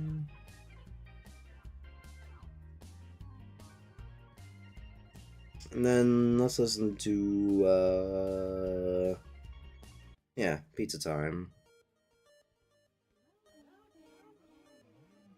Good song. Alright game. I played like an hour and a half of Pizza Tower, and I didn't think it was all that great. So I refunded it.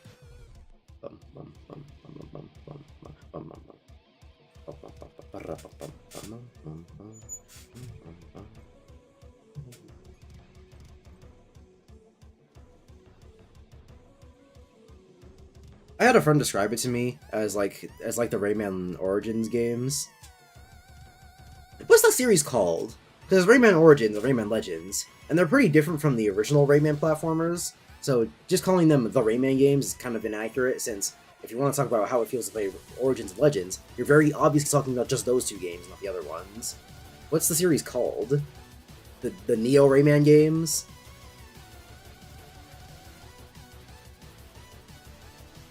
I don't know. But yeah, I had a friend tell me that since I like Origins and Legends, that I would like Pizza Tower, because it's like those games.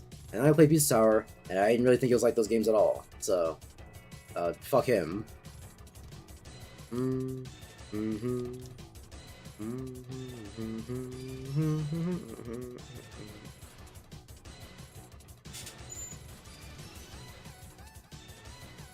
And like, I don't want to give him too much shit for it, but if you're gonna describe something to me as, hey, it's like this thing, I would very much like it if you described how it is like this thing, instead of just saying that it is. For two reasons. For one, because if I end up playing the thing and it turns out that it's not like the thing you said, I'm gonna get mad at you because you lied to me. And also because, you know, you'll be doing a better job at selling me on the game if you tell me what about the thing it's like. Because if someone were to tell me, hey, you should play, I don't know, insert fake video game title here. You should play this game because, like Fire Emblem Awakening, it has no tutorials. Okay, Fire Emblem Awakening doesn't have no tutorials, but that's very few. And definitely not important ones. Like, they never teach you how fucking stat growths work. And that shit's, like, integral to understanding that game. That's why I like it so much more on the second playthrough than the first. And then so much more on the third than the second. And then I started doing a fourth, but then I thought, you know, maybe I should practice a little bit of restraint.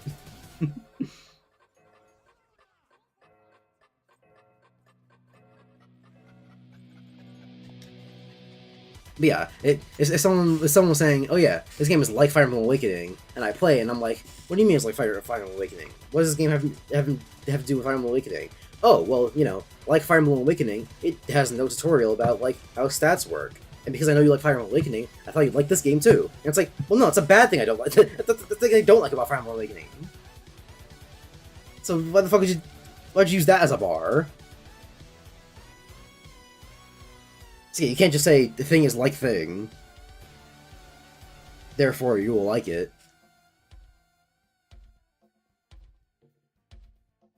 Plus, it can't just be thing is like thing. It also has to be doing that thing well.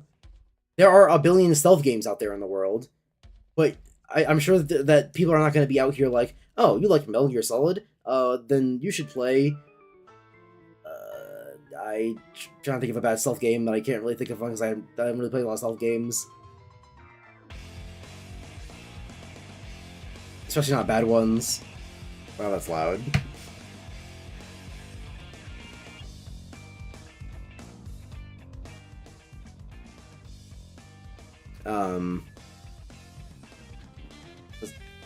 So yeah, it's like, oh yeah, you like stealth action games? Then you should play, insert bad game here. And it's like, but that game sucks, why would I like it?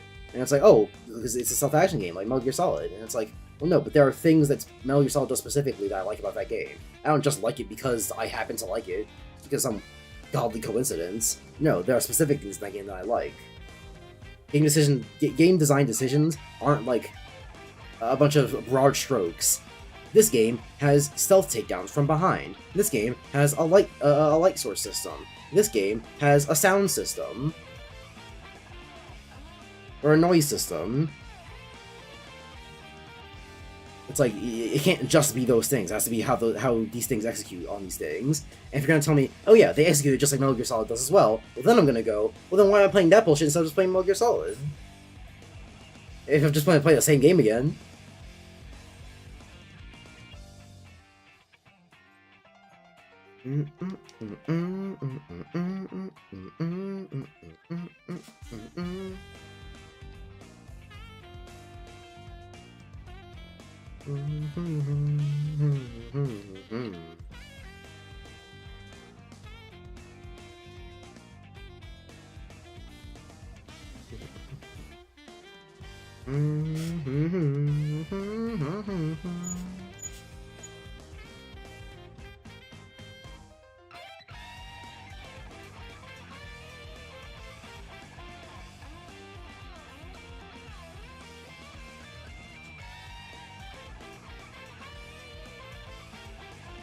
I love how Ann is supposed to be the resident magic user, but she has not lost like any SP.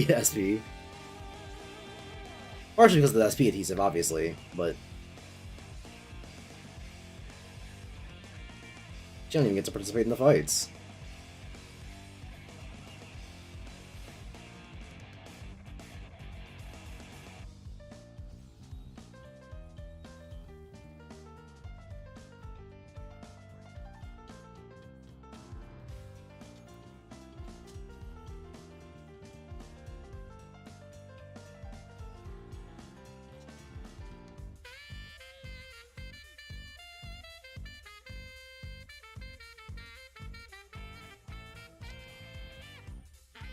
$235? What the fuck is wrong with you? Die!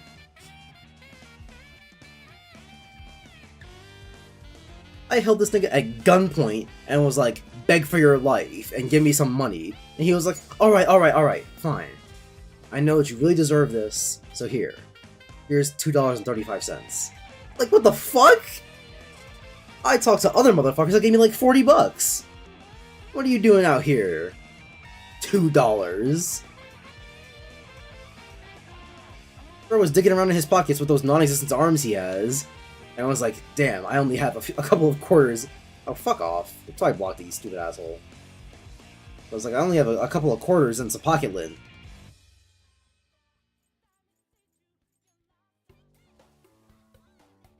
Of course they were both weak. God damn it, do not kill Joker, I swear to fucking God.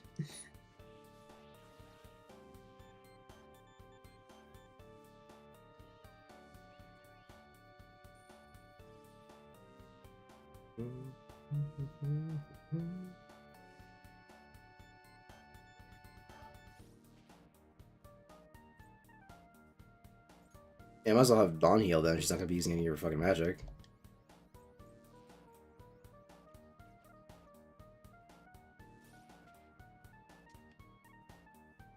See. Oh, but that didn't see me?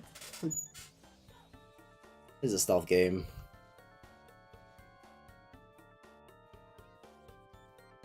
Ooh, Trigun.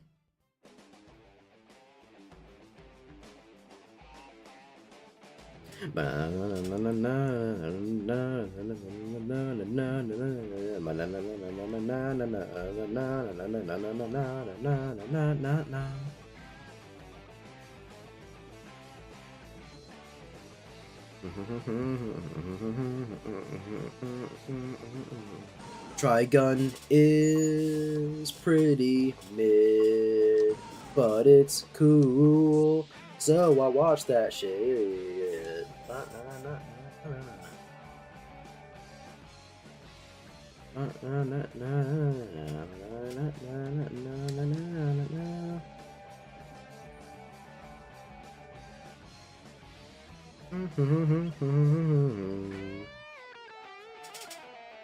Ba-bang, ba-bang, ba-bang, ba-bang, ba-da-ba.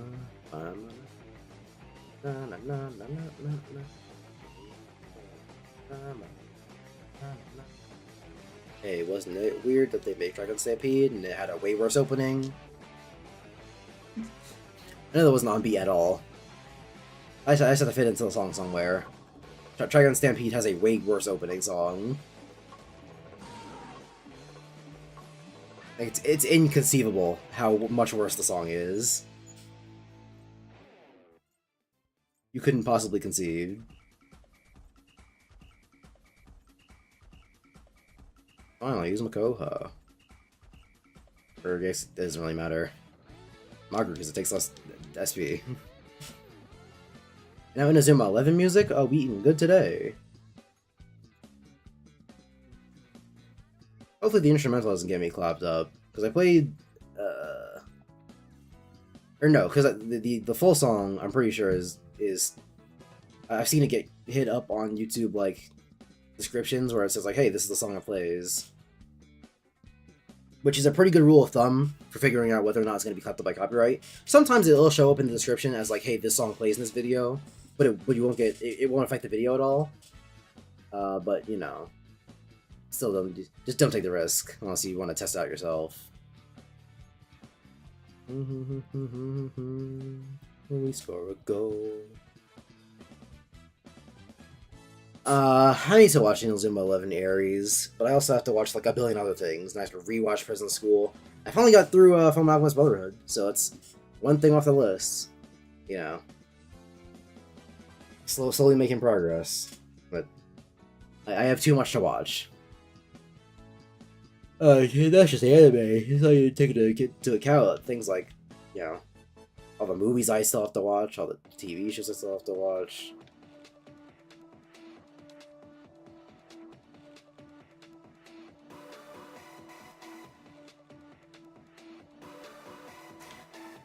Alright, bitch. I'll just... Who cares?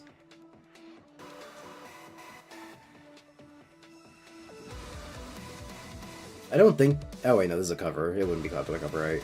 We're good. Don't let no one tell you otherwise. Go Broly Go Go is a good song. But Gavin, if it's such a good song, why don't you know the name of it? Shut up. Some heroes are unsung.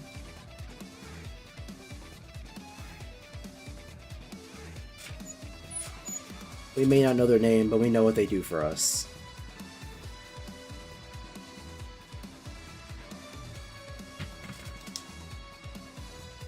L is U plus G. That's gonna be like, hey gamer, playing Persona 5, an M-rated game. Can you do basic addition? Excuse me. U plus G. Gotcha. And then D is the same as G. Cool. Kakarot. Kakarot. Kakarot. Kakarot.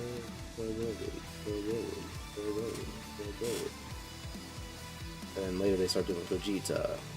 I think the Gogeta one sucks. Not because of, you know, the chanting or whatever. Or, well, it is because of the chanting, but not because, like, chanting is bad or whatever. It's specifically because Gogeta sucks.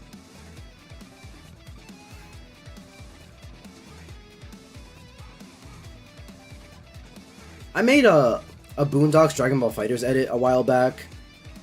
And the way people were glazing over Gogeta in it, it was nuts. Because, like, I like Gogeta. Between the two fusions, Vegito and Gogeta, I think Gogeta has a slightly better design. Which, you know, they look pretty much the exact same, but...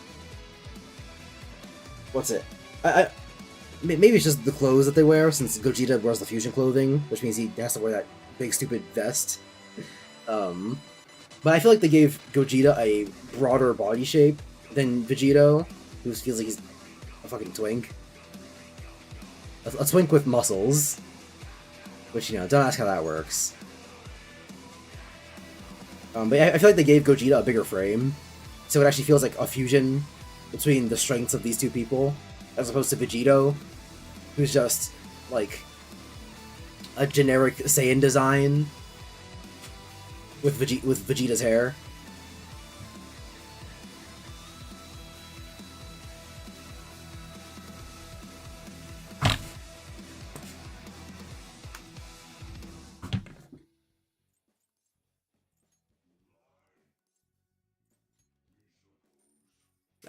But, like, the people in the comments in that edit, they were in there like, whoa, why'd you call Gogeta the Ultimate Fusion? Don't you know he's actually called the Angel Born in Hell? Which, oh my god. See, the thing is, I can't tell if the Angel Born in Hell is a fandom thing, like the Z Fighters. They're never actually called the Z Fighters in Dragon Ball. Yeah, they're never actually called the Z Fighters, but everyone just calls them that. What the fuck just happened? What was the interaction? Yeah, they're never actually called the Z Fighters. It's only ever,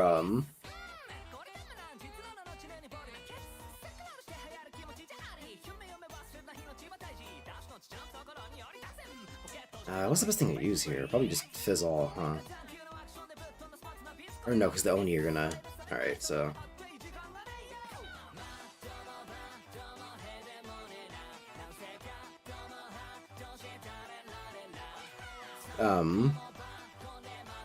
Ooh, I'm really glad he blocks that, because I was not paying attention to what he did to electricity.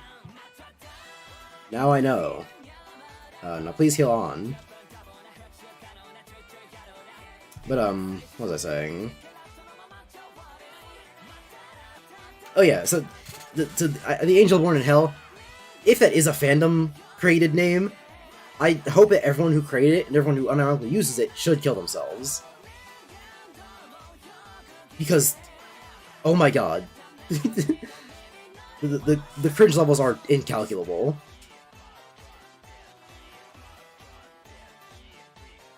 Nice crit, Ryuji. Give him another bad beat.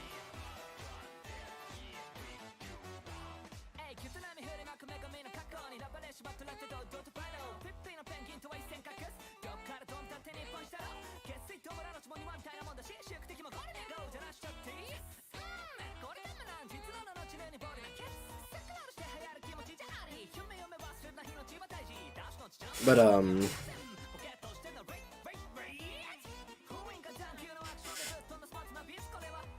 Right, so... And if it's not a fandom-created name, then... fuck everyone who came into my comments being like, why didn't you call him this? I don't care. I just don't care.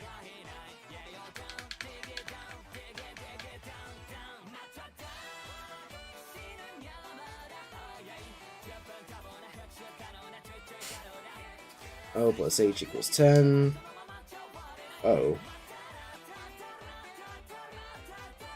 Oh, right. Okay, I see what they want me to do. Hey viewer, do you know basic addition? They're saying, hey, you know that H is 2, so if you subtract 2 from 10, you know that O is a blah blah blah blah blah. It's fucking variables. Have you learned a basic algebra? Have you learned a pre-algebra? M-rated viewer who's playing this M-rated game? Which means you must be 17 years older? Means you're likely 17 years older. A ton of children play Persona 5, I'm sure.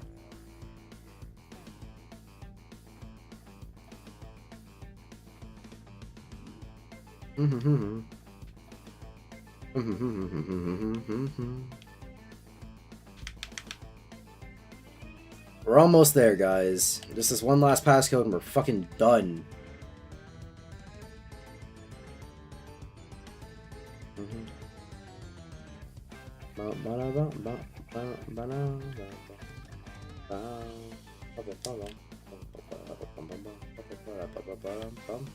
I don't care about no fucking treasure chests.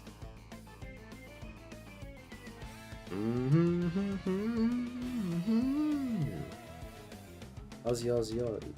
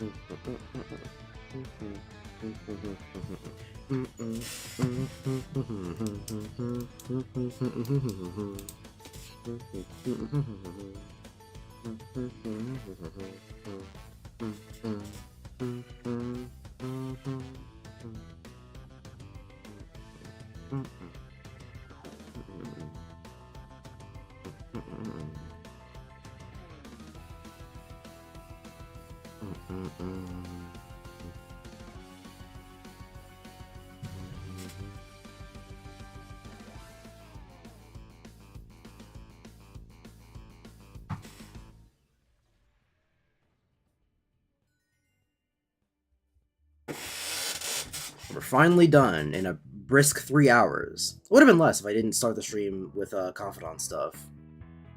But hey, that's my fault.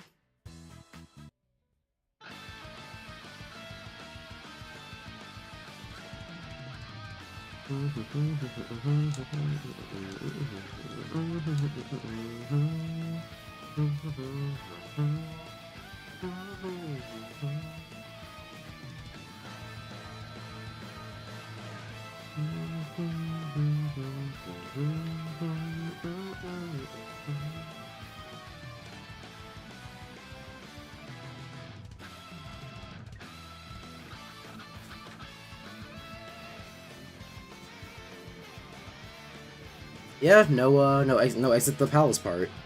Alright, cool. Easier for me.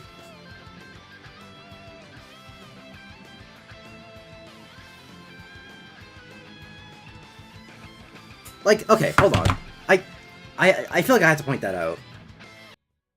Because I haven't really talked about Makoto on stream at all. I don't think. So, they walk into the room, and Morgana's like, there's a treasure. And Makoto, the absolute mega genius she is, says, but there's nothing here. Even though there's very clearly something here. But, you know, Makoto is not supposed to be the smart one.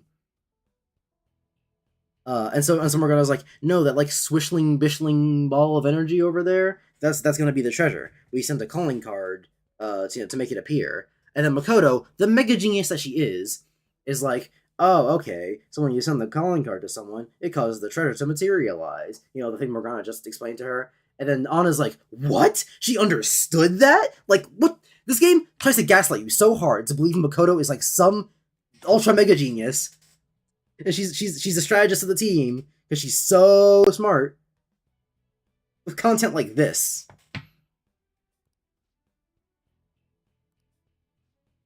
Like, gaslighting at its finest. I'll never get over it.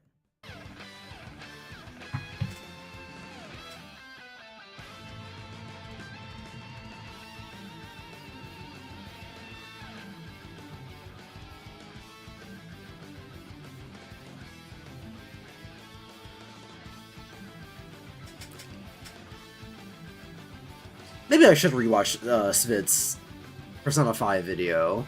Because I feel like he said something... I feel like he said the same thing. Did I miss a couple of safe rooms along the way? What the hell? Only 3? Sheesh.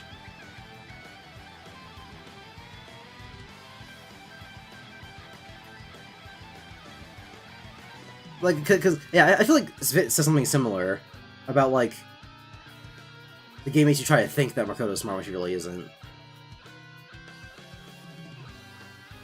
No, I think he said something a little bit different, where I'm pretty sure he said, like, the game tries to make you think that she's smart, but making everyone else look stupid.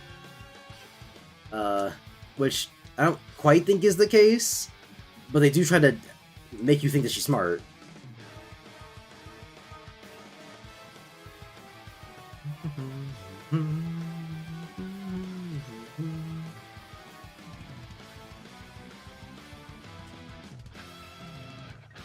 Cool. Alright, that's it for this stream. I'll just do this one.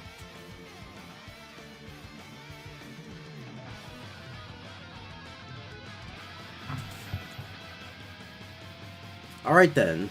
I guess that's that for that. Depending on how long it takes me to do other things off stream, I might just not keep playing this game. Even though I might still have criticisms to make, I might just bite the bullet and say no. So, yeah. That's it. I'm tired and a little bit hungry, so catch you on the flippity flop.